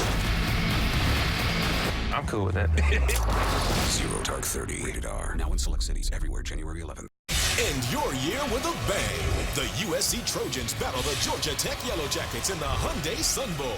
Tomorrow on CBS. This telecast is copyrighted by the NFL for the private use of our audience. Any other use of this telecast or of any pictures, descriptions, or accounts of the game without the NFL's consent is prohibited. The NFL on CBS is sponsored by Southwest Airlines. Find our fares online only at southwest.com. Zero Dark 30, in theaters January. And by Bud Light, the official beer sponsor of the NFL. Here we go. As we return to Cincinnati, we may have 3 single-season records fall during the 2012 season. Calvin Johnson's already broken Jerry Rice's receiving mark. He did that last week against Atlanta. And Adrian Peterson needs 208 rushing yards to break Eric Dickerson's single-season rushing mark. And J.J. Watts needs 2.5 sacks to break Michael Strahan's record. Aldon Smith needs 3.5 sacks to break it. Remember, Strahan had 22.5 sacks. He set that record for a single season. Got 2 guys chasing him, so some big-time performances we're seeing had during the 2012 season. Offensive line here for Baltimore to begin the second half. Left tackle's McKinney. Reed is in that left guard. Ricky Gronkowski is the center. Williams the right guard. Orr is now moved from left tackle to right tackle as he did back in the first half. Quarterback is Tyrod Taylor out of Virginia Tech, and it's 1st and 10. Handoff is to Pierce, who was grabbed at about the 10-yard line, brought down after a gain of 7 on the play. Perfect the tackle. Let's go to New York. Here comes Houston, Boomer. Out of the locker room to start the second half, go right down the field. 13-yard touchdown run by Arian Foster. 14-13, and a nice job by Arian Foster. After this touchdown, Kevin and Solomon pays homage to Chuck Pagano, whose fight against leukemia, by going over and bending and bowing in front of Chuck Strong right there. A win gives them home field. Kevin and Solomon. Good point, Boomer, and nice job on that update. 2nd down and 3, and the run is very close with Pierce finding a 1st down, or is he going to be shy? I think shy still by about a half-yard tumbling ahead. Houston, to me, Solomon, is a team that they got to tighten the screws here. They have not had a very good month. Well, it's their secondary. I think that's the part that's got to really become a championship unit on the back end. We've talked about it when we've seen Houston. They play a lot of man-to-man coverage, but without Jonathan Joseph in the lineup, they can be a little bit leaky on the back end.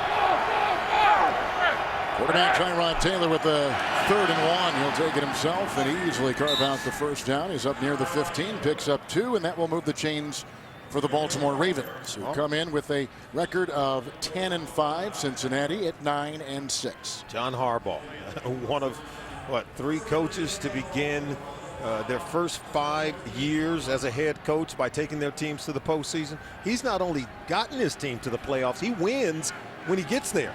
That's what's impressive about what Coach Harbaugh has done in Baltimore. Taylor 1st and 10. Oh, they did not get a very good block from Pierce, and that meant that Taylor Mays could run off the corner and put pressure on the quarterback. It was a busted play. It'll be 2nd down and 10. John Harbaugh is in rare company with some of the greatest coaches we've seen. Paul Brown, of course, the founder of the Cleveland Browns and of the Cincinnati Bengals, took his team to the playoffs in his first 5 seasons. So did Chuck Knox and our very own Bill Cowher. And Coach Cowher did it for 6 straight years, but Harbaugh joins a very select group in doing it 5 straight years with the Baltimore Ravens. Just a great organization, a great leader, and a great general manager. 2nd down and 10. Taylor will take it himself. Perfect. Running well. Knocking him down after just a gain of 2 after the 17-yard line. We talked with John last night at length, and it was so much fun to visit with him. He's, of course, the brother of Jim Harbaugh, the coach at San Francisco. The competition in that family with their dad, a longtime coach, had to be a phenomenal environment for these guys to sharpen their football skills and to let that competition come out. He told us how his brother was a pitcher in a Little League game and hit a girl by the name of Kathy Berry because she was crowding the plate. Now that's a competitor. That right there. 3rd down and 8 for Tyrod Taylor. Almost picked off by Nelson. And the running back, Bernard Pierce, who had a bad pass block attempt on the last play, wasn't even turned around knowing the ball was coming his direction on this play. This is similar to the overthrow by Dalton intercepted by Ed Reed in week 1. And now Tyrod Taylor overthrows one. And Reggie Nelson, if he catches it, he's going to score. He dropped that one, and wow.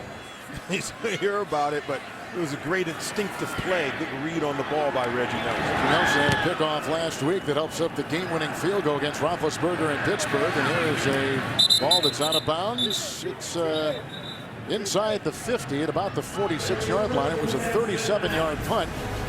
And look, he didn't even know, the receiver, that it was coming his way, but Reggie Nelson sure had a good beat on it. Well, we hope you've had a nice holiday. You got a nice New Year's planned, and of course it's going to be a Happy New Year for these two teams, both headed to the playoffs. The number 4 seed Baltimore and the number 6 seed as a wild card Cincinnati for the 2nd consecutive year. The Bengals are in the playoffs. First down and 10 for Gronkowski. Going deep and looking for Tate, and it was broken up by number 1 pick from a season ago, Jimmy Smith, who's been trying to come back from a sports hernia. Incomplete pass. Flag is down. Jimmy Smith did a great job of just playing the ball. Personal foul. Roughing the passer. Defense number 62. 15-yard penalty. First down. Terrence Cody. Terrence Cody. He comes. Doesn't want to hold up. Can't hit him in the head. Can't hit him late. This ball is intended for Tate. See, Tate will stumble. See, just as he stumbles, the ability to high point the ball for Jimmy Smith is what allowed him an opportunity. Nearly intercepted it. Tate stayed with it, was able to knock him off the ball. Couple tight ends, 1st and 10 from the Baltimore 37 for Cincinnati. Scoring on a touchdown pass earlier in the game. And up the middle and working his way is Cedric Pierman. And a gain of 7 into the teeth of that defense. And keep your fantasy football season going with Playoff Challenge and compete throughout the postseason for a chance to win up to $1,600. Sign up now at cbssports.com/challenge. 2nd down and 3 from the Raven 30. Mostly second-string players in there, a smattering of starters. You know, when you got a 45-man game day roster, it's tough to find a lot of guys that can take the place. So you got to play. Yeah. And you got to play to win. 2nd down and 3. And there's not a whole lot there. That's a 1-yard gain. The tackle was made by Bynes. The run by Pierman into New York with Boomer and James. Detroit coming back. Well, the Giants are hoping the Lions can make a game of this, and they do right now. Will Heller, 10 yards from Matthew Stafford. And Megatron is still 43 yards shy of 2,000 yards receiving. Matthew Stafford has attempted 714 passes this season. Bears need to win to keep their postseason hopes alive. Back to you guys. You got it, JB. Thank you. 3rd down and 2. Low and uncatchable for John Connor. Against Jet. Considine was in the area. They're going to try for a field goal here with 6:20 to play in the 3rd. However, Gronkowski can move the offense. They got the penalty on Terrence Cody, put them in position to maybe put more points on the board. See if they can knock it through for a field goal to break this 7-7 tie. So there's Josh Brown. He's really been a great find. He's gone 8 of 9. Mike Nugent was the regular kicker. He hasn't played in the last handful of games because he had a right calf injury that he injured in practice back on the 5th of December. So they got Brown. He's been great. Here's a 47-yard try to take the lead, and he nails it. Well, that's going to be a comfort heading to the postseason. You got a competent field goal kicker who just put you on top of the Ravens in 6:15 in the 3rd. The NFL on CBS is sponsored by Samsung Galaxy Note 2. The next big thing is here. And by Geico, where 15 minutes could save you 15% or more on car insurance. Well, we just had a 47-yard field goal by Josh Brown. The Bengals have taken the lead over Baltimore. Well, they're getting some production out of their second unit offensively. Of course, they still have some of the first-team offensive linemen in the game for the Cincinnati Bengals, but Gradkowski is able to be productive as we thought he would be. Here's Brown, who had the game-winning kick last week against Pittsburgh. And Jacoby Jones from about the 1-yard line. And here he goes before he is brought down on the play. Malaluga may have gotten in there. It's a 21-yard return, and Skuda with the stop. And so Baltimore takes over. And tomorrow, CBS Sports jumps into the bowl season as Marquise Lee and the USC Trojans go off on Tevin Washington and the Yellow Jackets of Georgia Tech in the Sun Bowl. That's tomorrow, 2 Eastern, 1 Central, on CBS from El Paso, Texas. Better know how to defend the option if you're going to stop Georgia Tech. That's right. That's right. Here's a 1st and 10. Don't know how to stop the option. He's going to face Tyrod Taylor. And that's driven back. Wallace Gilbert, who played at Alabama in Kansas City, comes up with a huge tackle for a loss. It's a loss of 2 on the play. No place to run for Bernard Pierce. Wallace Gilbert, they added him, and watch as he come down. Look at that. He's nice right in, able to get the tackle. And they added him, picked him up off waivers after the start of the regular season, and he's been a huge addition to this football team. Excited to be here in Cincinnati. And the player is down. I think it is Pierce. That's right. Pierce is the player down. That is, they've already lost Vontae Leach, and now they've got Pierce down. Gilbert, by the way, was with Tampa Bay. He was released earlier in the season. He was with Kansas City, and as bad as Kansas City is, you think they'd hold on to every guy that could play the game, and that kid can obviously play. But that's only if you're looking for good football players. Because he came here, he's added 5 sacks to their league high total already today. He's a very good football player. Kansas City's on a different program. They are on a different wavelength right now. And so the new running back is going to be Anthony Allen, who, by the way, just scored a 2-yard touchdown run back in the first half. There goes Pierce. My guess is they're not going to push him anymore. They need a good backup to Ray Rice, who played a couple of series and left. Joe Flacco did the same thing at quarterback. And the biggest question mark has been Vontae Leach, who was injured. And again, no definitive word on his injury, but he went to the locker room shortly after hobbling off the field. He was back early in the game. 2nd down and 2. Allen, who runs into the grasp of Pat Sims on that line, activated back in November from the reserved, physically unable to perform list. It's a gain of 3 right there. Solomon out to about the 23. Pat Sims, 6'2", 335. He moves as athletic as you'll ever see any big man. That guy can move. He's put together differently, but he is an athlete on the defensive line. And we told you about their depth up front, and he's just one of many talented players on this defensive line. Anthony Allen is in the backfield. He's out of Georgia Tech. Here's a 3rd and 9 for Tyrod Taylor, running for his life, grabbed and brought down by Dunlap. Carlos Dunlap throws him for a 13-yard loss. That's the 3rd sack today by Cincinnati. They've had 2 by Michael Johnson, 1 by Dunlap. That's his 6th of the year. Baltimore's got a punt. 6'6", 280, bearing down on Tyrod Taylor. We told you they're talented. They're long. Look at the length. This is almost horse collar-like right there. Look at that. But, you know, if you're Dunlap, you're like, these guys are hard enough to tackle. He has the jersey, but I don't think he has the hand in the back of the shoulder pad. And it's the shoulder pad that constitutes the horse collar tackle. Sam Cook to Brandon Doe, takes a very good Cincinnati bounce and quickly was reeled in by Ihedebo. 31-yard punt. Here he is again. Dunlap getting the elusive Tyrod Taylor. Another sack for the Bengals. That's not everybody. Mostly. I think we're on the air. We're talking the playoffs. I think we've done about every break here about the playoffs. It's a continuous conversation. It's okay. We're going to have to our listeners, but to us it's okay. It's fun to talk about. In the backfield, Daniel Herron, now who was inactive last week for Pittsburgh. He's another running back. Here's Gronkowski, gives off to him. And Herron, who is a rookie out of Ohio State and a 6th-round pick. Kimoyatu throws him for a 3-yard loss. Let's go to New York and James. Kevin, here's a look at Solomon in high school. Well, here comes the magic as it continues in Indianapolis. This is Deja Kareem. He's going to go 101 yards. You know, the Texans took the lead 16-14. This came right after a field goal by the Texans.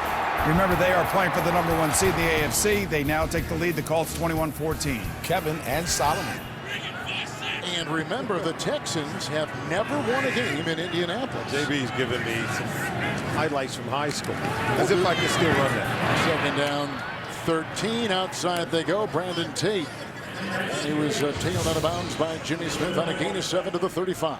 Take a look at the AFC playoff picture. And Baltimore Ravens, I think, are content to stay at that #4 seed. Remember, if they were to be elevated to the #3 seed, they would play the Cincinnati Bengals again next week at M&T Bank Stadium. And talking to John Harbaugh, he mentioned it. He said that he would not like to play Cincinnati for the 3rd time this year. Of course, they would have to win today, and New England would have to lose later in order for the Ravens to be elevated to that #3 seed. 3rd down and 6 for Gronkowski. Leonard with the block in the backfield, and it is with the flag, maybe picked off by Omar Brown on the deflection on a pass intended for Marvin Jones. Let's see what this is all about. There's a lot going on in this play, and it's going to take a while for these guys to figure out what they want to do. Pass interference. Defense number 22. Penalizing the spot of the foul and a 1st down. They're going to call it on Jimmy Smith, working against Marvin Jones. About beyond 5 yards. There's playing with the hands, not playing the ball. See the grab right there? That constitutes pass interference. Ball's going to be intercepted, but not before they flag Jimmy Smith for the pass interference infraction. 1-yard penalty right there, so they're going to put the ball with the 8th penalty assessed to the Baltimore Ravens at the 15. 1st and 10. Collins will tackle with the block, and nobody home. They were going for Lewis, and all kinds of coverage across the way. Probably a good move by Gronkowski. 2nd down and 10. And Marvin Jones, intended receiver, and I thought Jimmy Smith played it very well on that play. Did a good job of staying on top of the receiver. They're going after him. You get a penalty flag on you once, you know, smart quarterbacks like Gronkowski going to go after him again. That time played it much better. Waiting for the play. I didn't anticipate it. The Bengals going back for the first time in 30 years. 2nd down and 10. They just throw it away. And that's because the steamroller, otherwise known as Terrence Cody, was coming right up the middle. He's had about 3 starts this season. Cody from Alabama. Now 3rd down and 10. Cody's a big one. 350 pounds bearing down on you. Better get rid of it. There you go. Live to fight another day for Bruce Gronkowski. That's what we call a veteran move.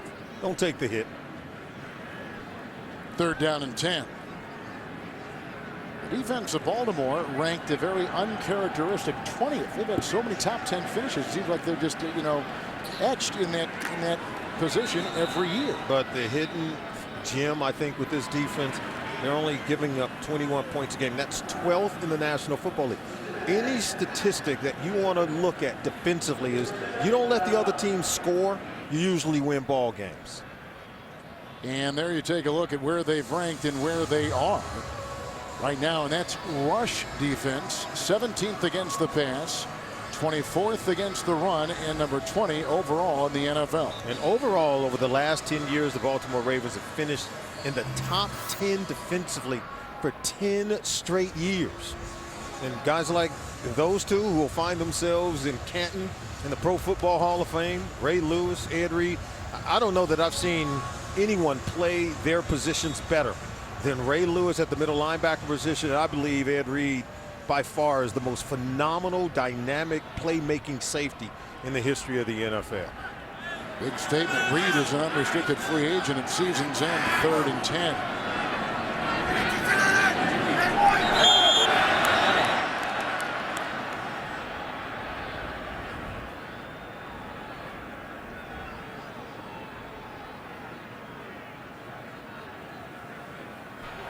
False start. Offense number 40. 5-yard penalty. Remains third down. Brian Leonard. Leonard knows he's going to pick up a man coming off the corner. Yeah, he's leaning. He's leaning. Considine is able to bait him into a move. Trying to see how many starters are out there right now for Cincinnati. Starting right tackle.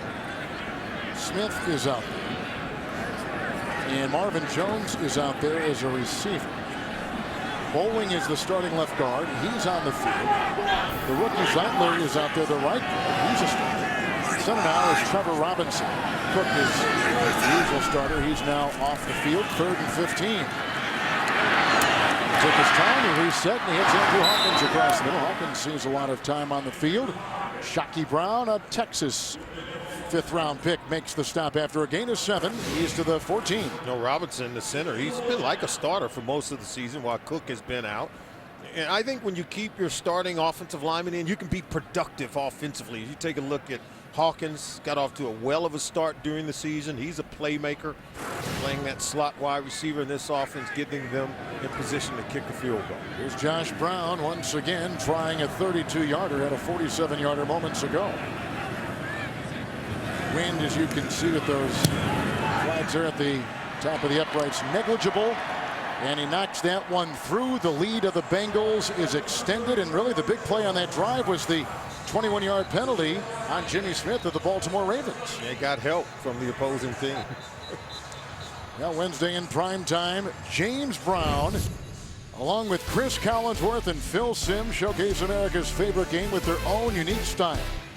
It's Inside the NFL, Wednesdays on Showtime. 2 playoff teams here in Cincinnati with really not big stakes. We know that if the Ravens would win and the Patriots would lose, and Solomon just went over this, they could move from 4th to 3rd. But that might not be something John Harbaugh wants to do. Is you would be looking at a game if you were number 3 with these same Cincinnati Bengals and playing a team, and you said this before, and when you think about it, it is hard. Playing a team 3 times in 1 year is a difficult thing. I think the margin for victory, it goes down, it shrinks, particularly for the incumbent, like a team like the Baltimore Ravens. That familiarity of playing a team inside of your division. Now you're playing them for the 3rd time in the postseason. All bets are off. Don't care what the past history shows. You know one another so well, the element of surprise is completely taken out of it. So 13 unanswered points for the timeout taken by Cincinnati. They're taking a timeout. The interesting thing about the potential Baltimore 3rd seed against Cincinnati 6th seed matchup, the last time, and Pat McGrath, their statistician, was the one to work these numbers. The last time a team beat a divisional opponent 3 times in a season was back in 2009 when the Cowboys took care of Philadelphia. The teams, in fact, ironically enough, met week 17, much like these teams are today, then played the following week in the wild card round. Joe Flacco has been phenomenal. He's won 4 straight against these Cincinnati Bengals. If they win today, it would be 5 in a row. You think if they played next week in the playoffs, you think they could make it 6 in a row? Even they know that would be a tough and difficult task. That the odds are that sooner or later, that team that knows you oh so well is going to jump up and beat you. Marvin Lewis he's done a well of a job with these Cincinnati Bengals during his tenure as their head coach. I don't think New England's wild to take on Cincinnati either. I don't think anyone's wild about facing this Bengals team. They're much improved. Jacoby Jones is run out of bounds by Daniel Herron, a reserve running back, and a 22-yard return. Baltimore dominated week 1 when they played each other. Ray Rice ran for one of his 2 touchdowns midway through the 1st quarter. Flacco hit Anquan Bolden for a 34-yard. Ed Reed picked off Andy Dalton, ran it back 34 yards. Baltimore crushed Cincinnati week 1 on that Monday night game, 44-13. These teams have improved. Certainly the Bengals have. They've won 6 of their last 7 coming into today's game. Their defense is so much dominant. And then I think last week the Ravens showed me something in terms of what they did offensively, beating the New York Giants. 3rd lead for Taylor. Almost picked off by Scuda on a pass, and it's good to see Bernard Pierce back out there. Incomplete. Dan Scuda's really a special teamer and seeing some linebacker minutes now. Snaps. These guys have earned a right to play. Guys like Dan Scuda, he knows what he's doing. He's practiced. He's put in time all season long. been in this league now 4 years. Getting an opportunity to play some regular snaps in the regular season, that's a great reward for this kind of play. Second down and 10. It's Pierce. Forced out of bounds. Yeah, the starter Perfecta still back in there for this defense. In the 3 for Pierce, and they'll spot him at the 21. And yeah, this is what you like to see. Look down the line. Pitch. Gilberry taking the quarterback. Get it out to Pierce. What you get when you have a player like Tyrod Taylor in the game. You can tailor some things to his ability that allow you for some single read option against Mike Zimmer's defense. Taylor's going to look into the nickel. He has missed his last 4 passes. Third down and 7.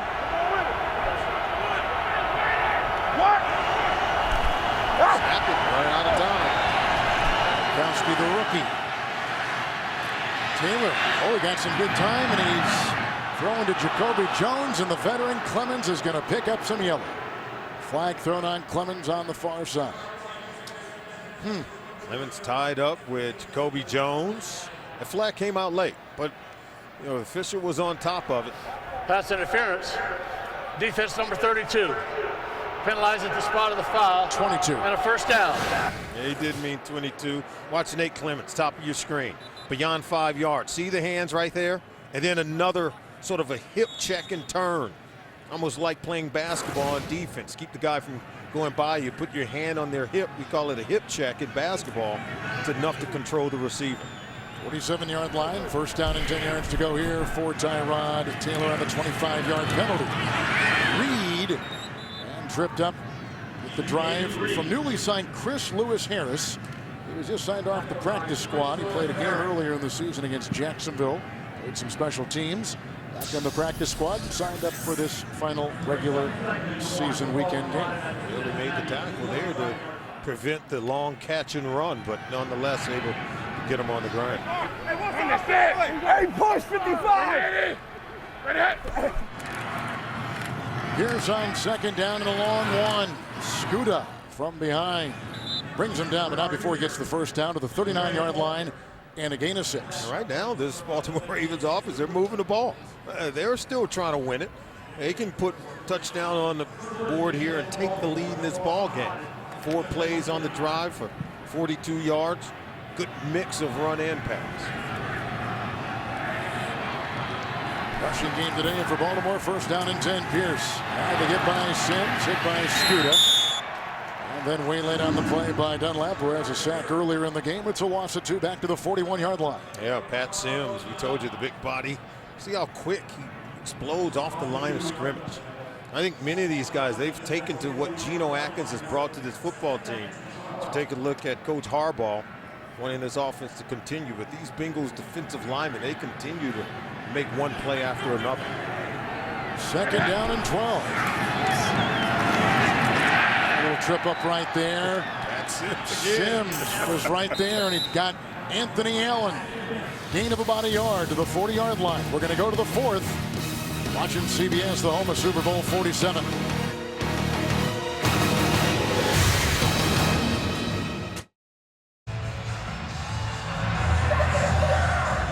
13-7.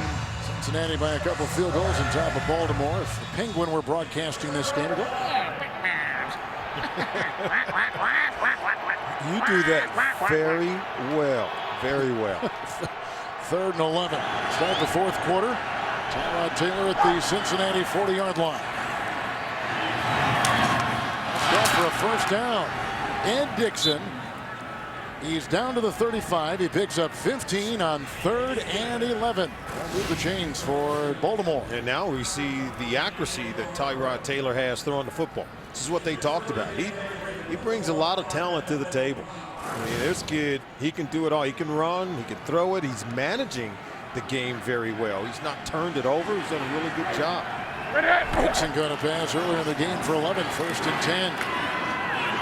Anthony Allen is stood up by Scuda, also hit by Robert Gathers, who's in the contest on a gain of 7. They'll put him at the 17. So if you give Joe Flacco some time off with Ray Rice, and you have guys like Bernard Pierce come in, rip off big runs, Tyrod Taylor both running and throwing the football, and Anthony Allen punching it into the end zone, I think you feel good about some of your second line offensive players and their ability to produce plays.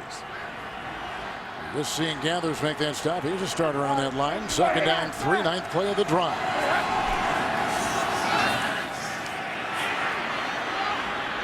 Taylor, perfect. Beat on and down the sideline he runs, and he did not step out of play. Kept off the chalk and takes it down to the 4.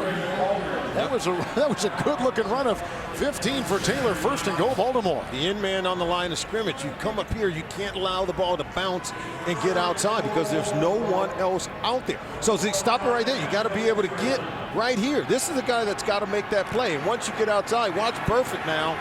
He'll miss and not get him out of bounds. Tyrod Taylor proven to be very elusive. On the 3, first and goal. Allen has got a touchdown run. Pecco is the one to smack into him after a gain of a yard and down to about the 2-yard line. This Pat Sims, number 90, he's making one play after another. And I think that's the opportunities you want to see if you're Marvin Lewis. You bring in some of your backup guys, start making plays. He's making a lot of tackles in the backfield. They've got a very nice and deep defensive line. Very deep, very talented by way of the NFL draft. Second goal at the 1. Here comes the rush. It's put on by Lemur, and that's going to be a touchdown by Taylor. 1-yard run as he was dodging defenders and outran the oncoming linebacker Emmanuel Lemur. And the touchdown run by Taylor puts this game in a deadlock at 13. It's an improper angle. See, you got to go deep. If you don't go deep, he's going to loop around you. Once he gets outside, no one is going to tackle because the defensive backs are in coverage. So the in man on the line of scrimmage have to get deep enough to be able to make the tackle on Tyrod Taylor. Lemur missed on the play. It's a pass interference, good for 25 yards on 3rd and 7. That penalty was something that sustained the Ravens. The extra point is through by Tucker, and a 1-point lead for Baltimore. We're early in the 4th. The elusive Tyrod Taylor takes it in.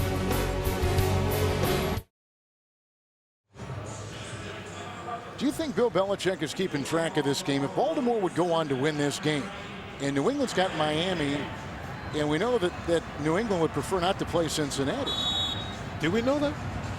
That Belichick didn't want to play him? I don't know. I do know this. I do know that Bill Belichick's team last week in Jacksonville didn't look good. Yeah. And I do know that he wants his team to mature and play better as they head into the postseason. But yeah, wanting to rest people.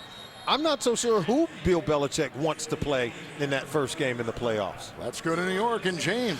Boy, look at what Indy is doing. Guys, the magic continues. Look at Andrew Luck, 3rd and 23. Look at this throw, Solomon. Right down the numbers, in between 3 defenders. T.Y. Hilton. The Colts up 28-16. Remember, Houston has to win this game if they want the #1 seed in the AFC. Kevin and Solly. Shannon called the play before it happened. You know he's insufferable now. Back to Kevin and Solly. Oh, I know. He's absolutely loving it, JB. And I'll tell you what, that's the game Bill Belichick is watching. Yeah. Because if Houston lose, New England wins, they could end up with the #1 overall seed. And, of course, Denver would have to lose as well. But New England could end up with a #1 or #2 seed and a week off. So that's the game they're paying attention to. Tate made the catch, brought down by Donnell Ellerbe. Out of bounds, he was forced after a gain of 2 to the 22. You know, we were talking about that, and they were reading our minds, and they put that in there, and of course, they were trying to bring in some clarity, fill out some pictures. That's right, to the playoff picture. Absolutely. This game. Let's watch that other game. Houston, I just can't believe how Houston has been speed bump after speed bump this last month. I can believe it, because you and I talked about that secondary weeks ago. Second and 8, Gronkowski wanting to go deep, and there's one out looking for Tate. And that is incomplete. There's no yellow on the field, and the coverage on the play was provided in the secondary by one Chris Johnson. Chris Johnson at one time, when he was coming out of Louisville, he's been with Green Bay and Oakland, he's been around. He was the fastest guy at the combine, something you attend all the time. His speed was just blazing fast. And now he's learning to blend technique in with speed. Speed alone does not make a great defensive back, but technique, fundamentals, understanding, footwork, formation, and intended moves on certain receivers, you got to be able to dial in. Baltimore is in the nickel. Bad snap from the center, and quarterback Gronkowski has an avalanche led by Ellerby and others that snuffed that 3rd and 8 into just grounding to a halt. And that is a loss of a couple, and they got to punt the ball. Take a look at the snap. A real bad snap on that play right there by Trevor Robinson. Never got the ball up to Gronkowski.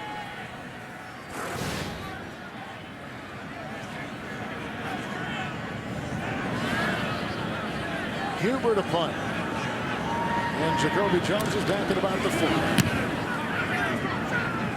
Very long. Again, it takes a bounce against the punter. Taken by Manny Lawson. 32-yard punt. Good beginning position here for Tyrod Taylor. Under 36 in the game. The NFL on CBS is sponsored by Verizon. Share the holidays with the Share Everything plan. Mercedes-Benz. Experience truly great engineering today at your authorized dealer. And by T. Rowe Price. Understanding the connections of a complex global economy. Invest with confidence.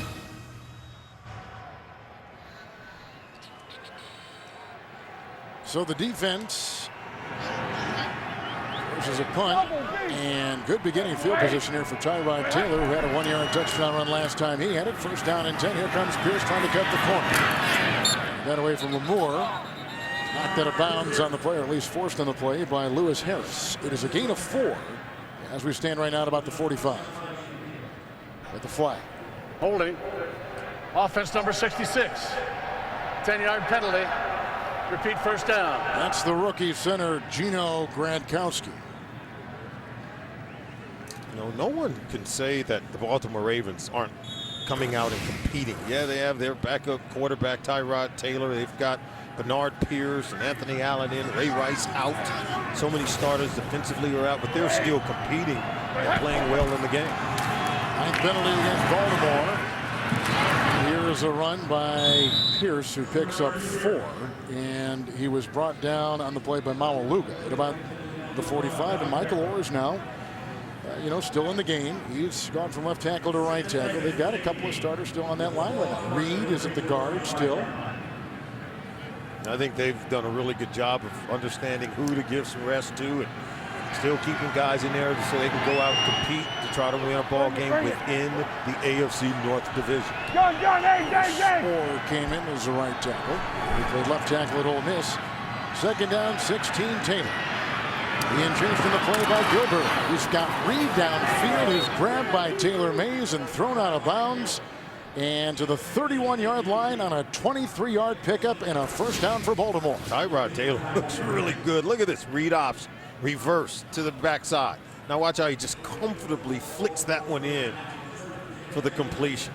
He just lured the defenders toward him, created some room at the 2nd level, looking off the defenders with his eyes. Did everything right on that play. Reed was a 5th-round pick a couple of years ago out of Utah. Here's a 1st and 10 from the Cincinnati 32. And Anthony Allen falling, squirming, getting about 3 on the play near the 30-yard line. Now coming up, time permitting after the game, NFL Today update presented by Farmers Insurance. JB, Dan, Shannon Boomer, and Coach Bill Cowher for the latest NFL scores, news, highlights, and playoff information, and there is a lot of it today. 2nd down and 7. Anthony Allen, he was hit by the start linebacker Ray Maualuga, and it's a gain of 2. And he's down to the 27. But they're moving the ball. The Baltimore Ravens, whether it's Pierce, whether it's Allen, Tyrod Taylor running it. They're doing a really good job of moving the ball, and they're doing a good job of moving it on the ground. 178 rush yards in the game so far for the Baltimore Ravens. Big play in this drive, the pass to Reed for 23. On the 27 of Cincinnati, 3rd down and 5 for Baltimore. Taylor looking for that back shoulder throw, looking for Reed, and the coverage in the play by Adam, formerly Pac-Man Jones. Well, there's some contact. Reed trying to work to get the ball. Take a look at Adam Jones. And now he gets his back to the quarterback. I thought there was some contact with that left hand. I agree. As it was thrown on the back shoulder. Reed's like, are you kidding me? No, you're not going to get that one. You're a young pup. Got to earn it. Here's Tucker. And boy, are they liking his rookie season. Justin Tucker, third in field goal percentage. This is a 45-yarder, and it is no good. Oh, he'll be ticked off at himself. They missed the 45-yarder. Bengals will get it back. Tucker is wide left.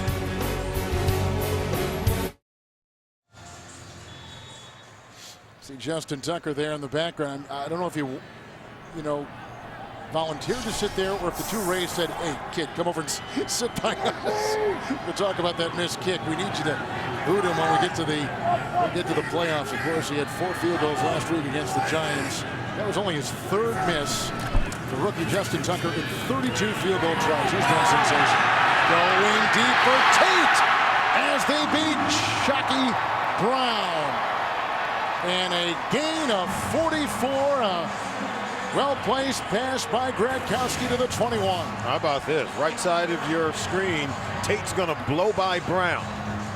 He waits on it a little bit, but good throw by Bruce Gradkowski. Getting the ball over the top, and you can see Brown. We told you he was sitting on those routes earlier. He sat on that one, and Tate got by him. Big play for the Bengals offense. And in the backfield, it's 1st and 10, and this is going to be Pierman who takes it, and he is brought down by Kimoyatsu.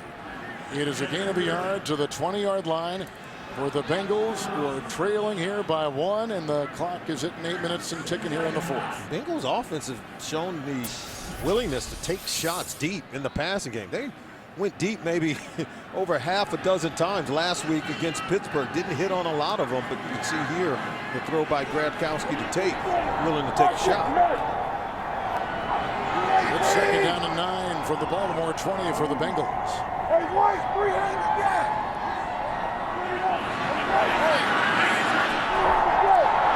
Clock at 2 at 1. He just gets the snap in time, and it's underneath. And it's dropped by Orson Charles, a rookie from second-year player from UGA. Let's go to New York. Detroit trying to eliminate Chicago's postseason hopes. Well, they're making it interesting, JB. Here comes Matthew Stafford, 9-yard TD pass to Brian Robisky. 26-24, Bears still in the lead. Calvin Johnson, 36 yards shy of 2,000 for the year. Of course, Kevin Harlan has every postseason scenario indelibly ensconced in his head. Kevin and Solomon. Well, don't put that kind of, there's 18,000 things that can happen here today. That's a lot of pressure on us. Let's just say he has it somewhere, JB. I got it somewhere. I don't know if it's going to be on the tip of my tongue. 3rd and 9. And Gradkowski slings it inside, and Kruger knocked it away at the 15-yard line. Just want to follow up on that little passing completion moments ago to Charles. He is a rookie, a 4th-round pick out of UGA. Gradkowski's trying to get this one through a tight window. Paul Kruger's just a really good football player. I just believe defensively, this Baltimore Ravens defense, they're on the uptick. I think with players like Kruger and Ellerby, some of the young players that they have, if they get healthy, they can be really good. We talked about it in the postseason, but I think they can be good for some time to come. Here's a 38-yard field goal try by Josh Brown as they try to take the lead, and they have captured it. With 7:16 to play, the Bengals have gone back up on top by 2 here in the 4th in Cincinnati. The NFL on CBS is sponsored by McDonald's. I'm loving it.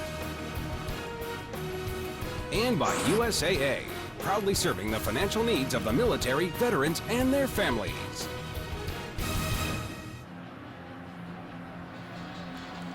We've had 3 lead changes today. A 38-yard field goal by Josh Brown to the Bengals has given them a 2-point lead. They're competing, and I love it. I'd love to see this in the National Football League, and I know the league wanted to get out of a situation where teams are resting players, not playing hard on the final week of the season. These 2 teams are playing hard.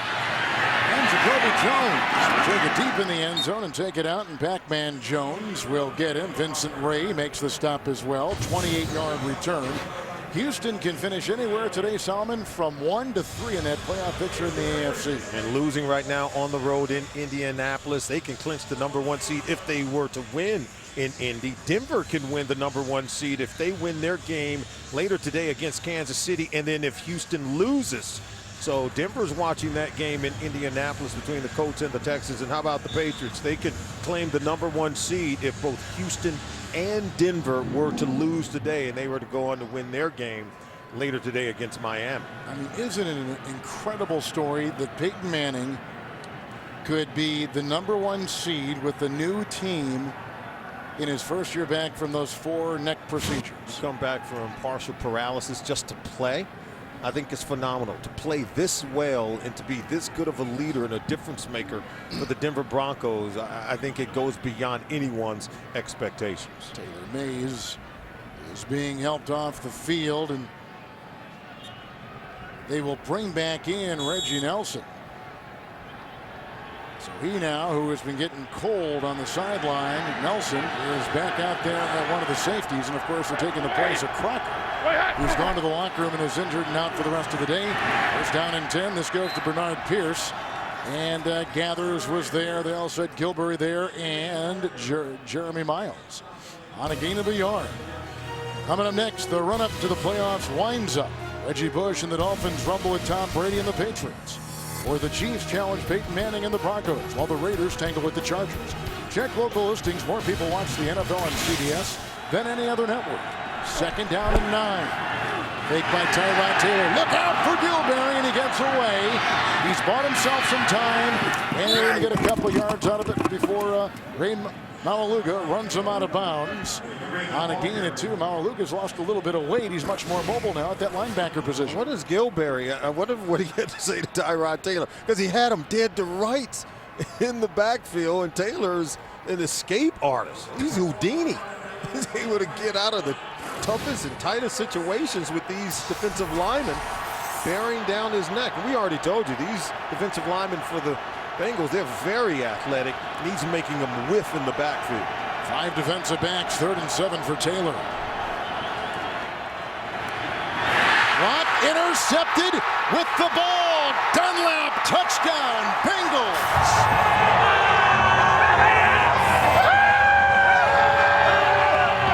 How is that for athletic? Carlos Dunlap, 3rd-year defender out of Florida. Yeah, he's been watching some J.J. Watt. Watching right here on the left side of your screen. Bat up the ball. Not only did he get the pick, now watch the nifty footwork to avoid the tackle by Tyrod Taylor, then a touchdown. These defensive linemen for the Cincinnati Bengals, I believe, are difference makers. 6'6", 280, Carlos Dunlap. 6'7", 270, Michael Johnson. Geno Atkins, a 2-time Pro Bowler in the middle. Ooh, got to be very careful against this group. Dunlap had a sack earlier in the game, comes up with an interception right there. That's his first of the season. And a 14-yard return. The subsequent extra point is away by Brown and in. And the Bengals have taken a lead of 23-14 with 6:06 to play. As Taylor had that deflected, grabbed, returned. And it's a lead of 9 for Cincinnati. Well, sometimes if you can't get a rush, and then watching, you see here, but he's playing one of these routes coming behind him. Take a look at it. As he's going upfield, now watch him settle in. If you can't get there you go, right there, back out of the backfield. And he's able to pick it off, run it in for a touchdown. Just a phenomenal heads-up play by Carlos Dunlap. 6'6". Alman just told you he's a Florida gainer. He was 3 years in the NFL. He was a 2nd-round pick out of Florida. Guy who was recruited and played for Urban Meyer. They're having a lot of fun.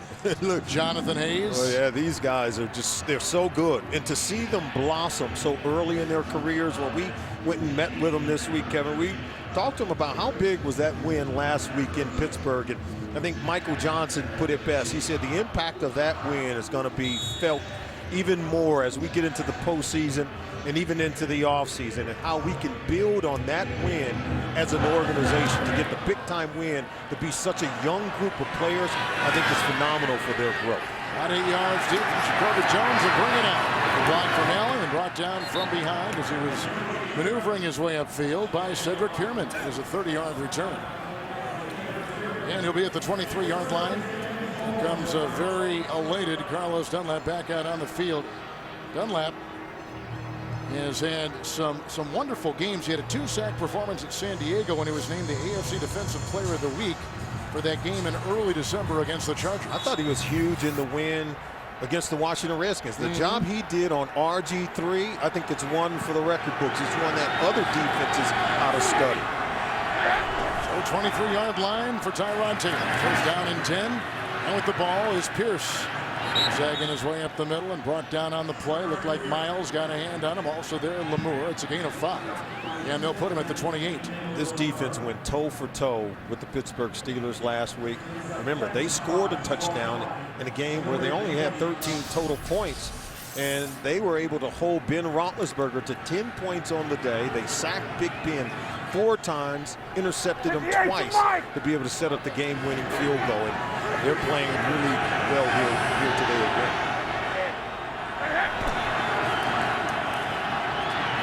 Second down and 5, dropped by Pierce. Incomplete.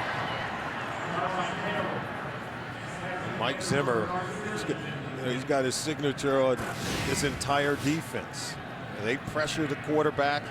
Big guys get their hands up, and then they rally, they hit, and they hustle. I think this is a far cry from the defense that we saw earlier this year.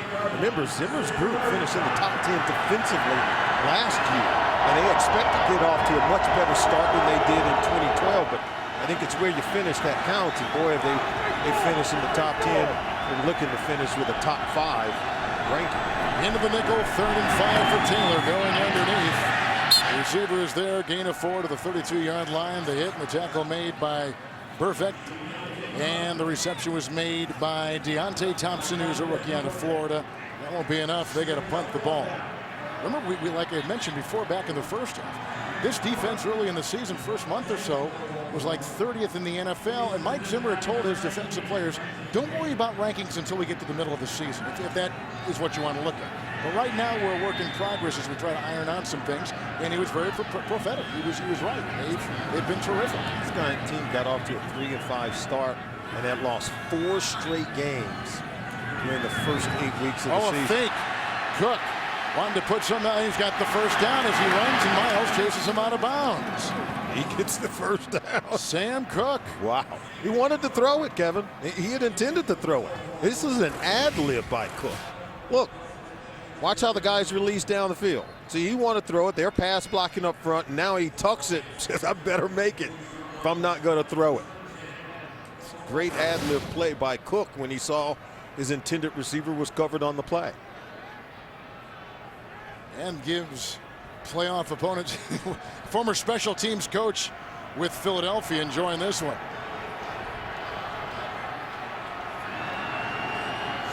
A handful of lead changes in this game for our new audience. Here is a 1st and 10 after a fake punt run by Sam Cook and a subsequent pass to Jones. Jacoby Jones at about the 50 and a pickup of 8.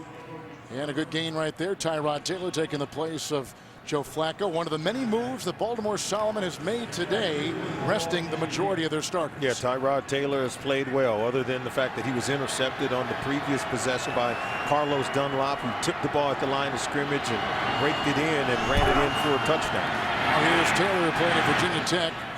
And he falls down. There is a flag, which was somewhat late, and Sims falls on him at about the 48-yard line of Cincinnati.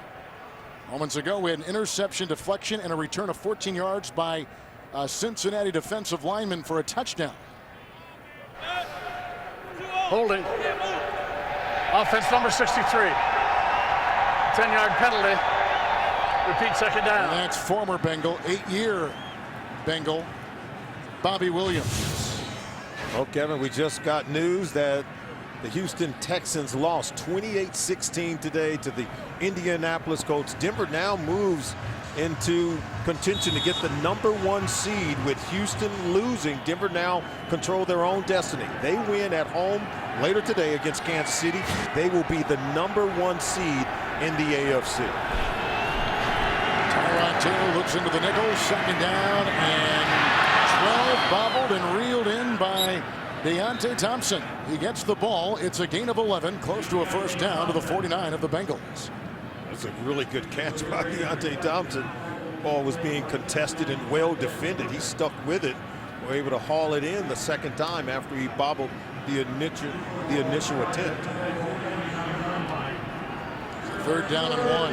Right now, Baltimore coming in as victors and title holders in the AFC North, beating the Giants last week, coming in at 10-5, stopping a 3-game losing streak.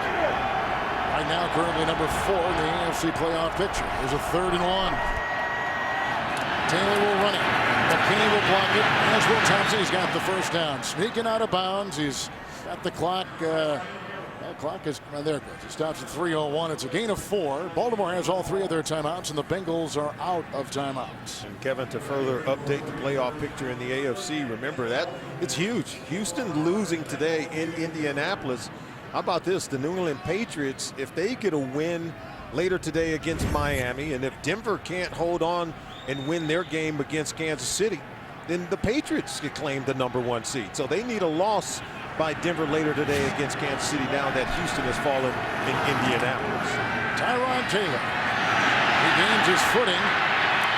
He breaks a tackle of Michael Johnson. He's chased by Burke and knocked out of bounds, shy of the first down, but again stops the clock at 2:51, scrambling for 6, and they'll put him at the 40-yard line of the Bengals. Tyrod Taylor proven to be elusive. We told you, the Bengals are having a hard time just corralling him and containing him in the pocket. Now he's got to protect the football, but he is giving them fits, being able to get the ball down the field and extend to first down. Yet Thompson thinks he's open, but not quite. He has 65 rushing yards today as he took the place of Joe Flacco very early in the game. 4th seed Baltimore Ravens for our new audience in the number 6 seed Cincinnati Bengals. Hand off on 2nd down and 4. This will go to Anthony Allen, who's thrown for a yard loss in the play. Maybe got back to the line of scrimmage. Geno Atkins is in there making that stop, as we've seen a lot of starters for both teams being rested today. The Ravens, led by head coach John Harbaugh, going to the playoffs under him for the 5th consecutive year. And just to update everyone, Joe Flacco left the game early. They wanted to give him a rest. They wanted to give Ray Rice some rest, but they're playing the backups. Bernard Pierce at the running back position and Tyrod Taylor at quarterback. They've been competitive. It's 3rd down and 4, low but caught on the play by the tight end Dixon. And he was picking up 5. He was defended on the play by Adam Jones as the clock continues to tick and will wind down to the 2-minute warning. Big play, an interception return for a touchdown by defensive lineman Dunlop.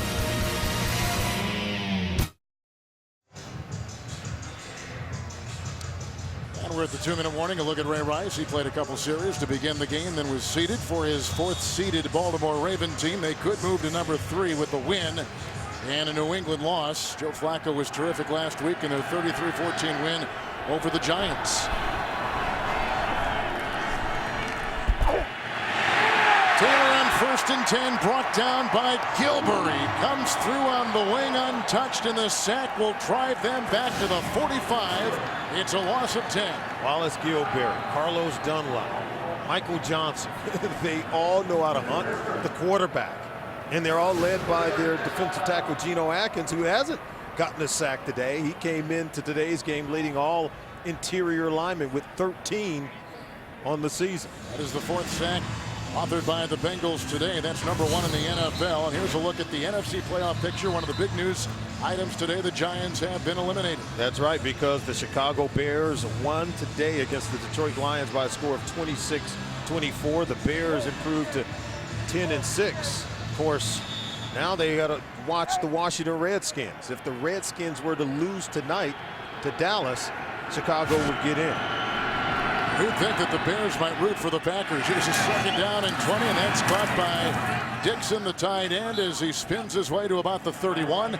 14-yard pickup on 2nd down and 20, and brought down on the play by Clemens.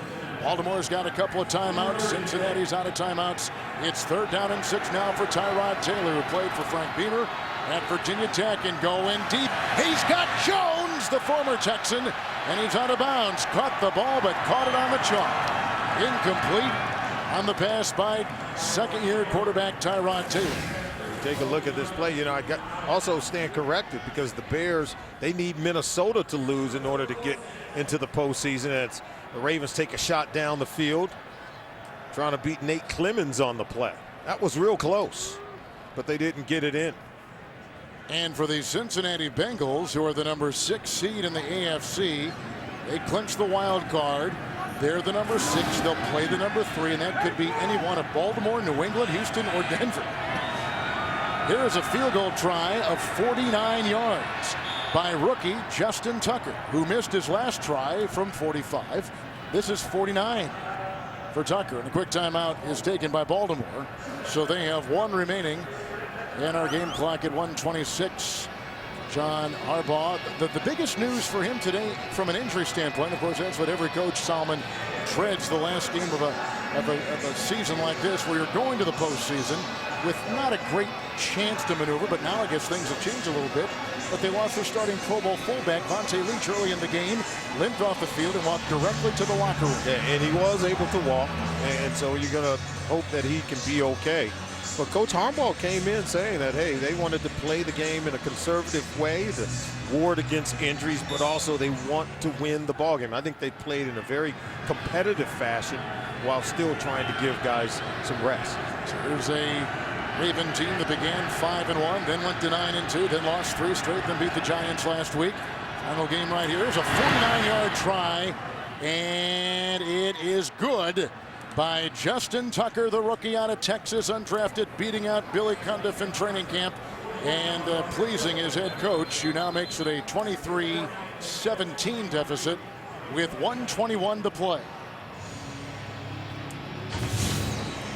So the AFC is looking this way, and of course the big news in the AFC is that what was one of the more indestructible teams early in the season, the Houston Texans, have lost again, and today they lost in Indy, where they have never won as a franchise. Well, they have now lost 2 consecutive weeks. Remember, they lost last week to the Minnesota Vikings, and then they lose today, falling out of the number 1 seed. And if the Denver Broncos can win later today against Kansas City Chiefs, they would claim the number 1 seed in the AFC in the playoffs. If they were to lose to Kansas City and New England were to win against the Miami Dolphins, then the Patriots could claim the number 1 seed. I kind of like the fact that everybody's got to play. Exactly. You got to go out and win it. You're not going to back into anything in the National Football League as it pertains to the seeding in the playoffs. And that's why I think the seeding, I think, is very important. This could be an onside kick here. We'll see what Justin Tucker does. There's only been 2 successful onside kicks league-wide this year in the 4th quarter. And here, of course, he does it. And it was caught by Cincinnati. Looked like Ryan Whalen, a backup wide receiver, was the one to grab it and reel it in. He does just that. So the Bengals will have the ball. Baltimore with a single timeout. Oh, that was well played. Coach Darren Simmons, the special teams coach for the Cincinnati Bengals, had it set up perfectly. They had a wall in front of Whalen, and he came in to make the catch. I think the ball did go 10 yards. All he needs to do is make it to the 45. Look at him right there. See the wall of guys out in front of him, protecting him so he can go attack the football. That was awesome. Victory formation here for Bruce Gradkowski. Dalton started the game. Well, for Cincinnati, they have back-to-back winning seasons for the first time since 1982. Now, 82 was a strike-shortened season. If you go back to the last time they had back-to-back winning seasons in a full season, go back to 1976. But they make it their 3rd playoff appearance in the last 4 years, 2nd straight, and they're going to go to 10-6. And the AFC North champions for the 2nd consecutive year, Baltimore, will also be at 10-6, and both teams will leave the stadium tonight not knowing where they're going to be next week, who they're going to play. Well, Baltimore Ravens know they're going to host someone at M&T Bank Stadium, and the Bengals know they have to take to the road. They're going to have to do it the hard way. So the Ravens end up losing 4 of the last 5 games of the season. That's what they take into the playoffs. The Bengals have won 7 of 8, Solomon, as they head in as a wild card team in that number 6 position in the AFC. Yeah, and I think both teams feel good about themselves despite the outcome for the Baltimore Ravens today. They know they've got some guys rested. They know they're going to get Ray Lewis back. They'll have Ed Reed. They'll have their full complement of players to go out and play.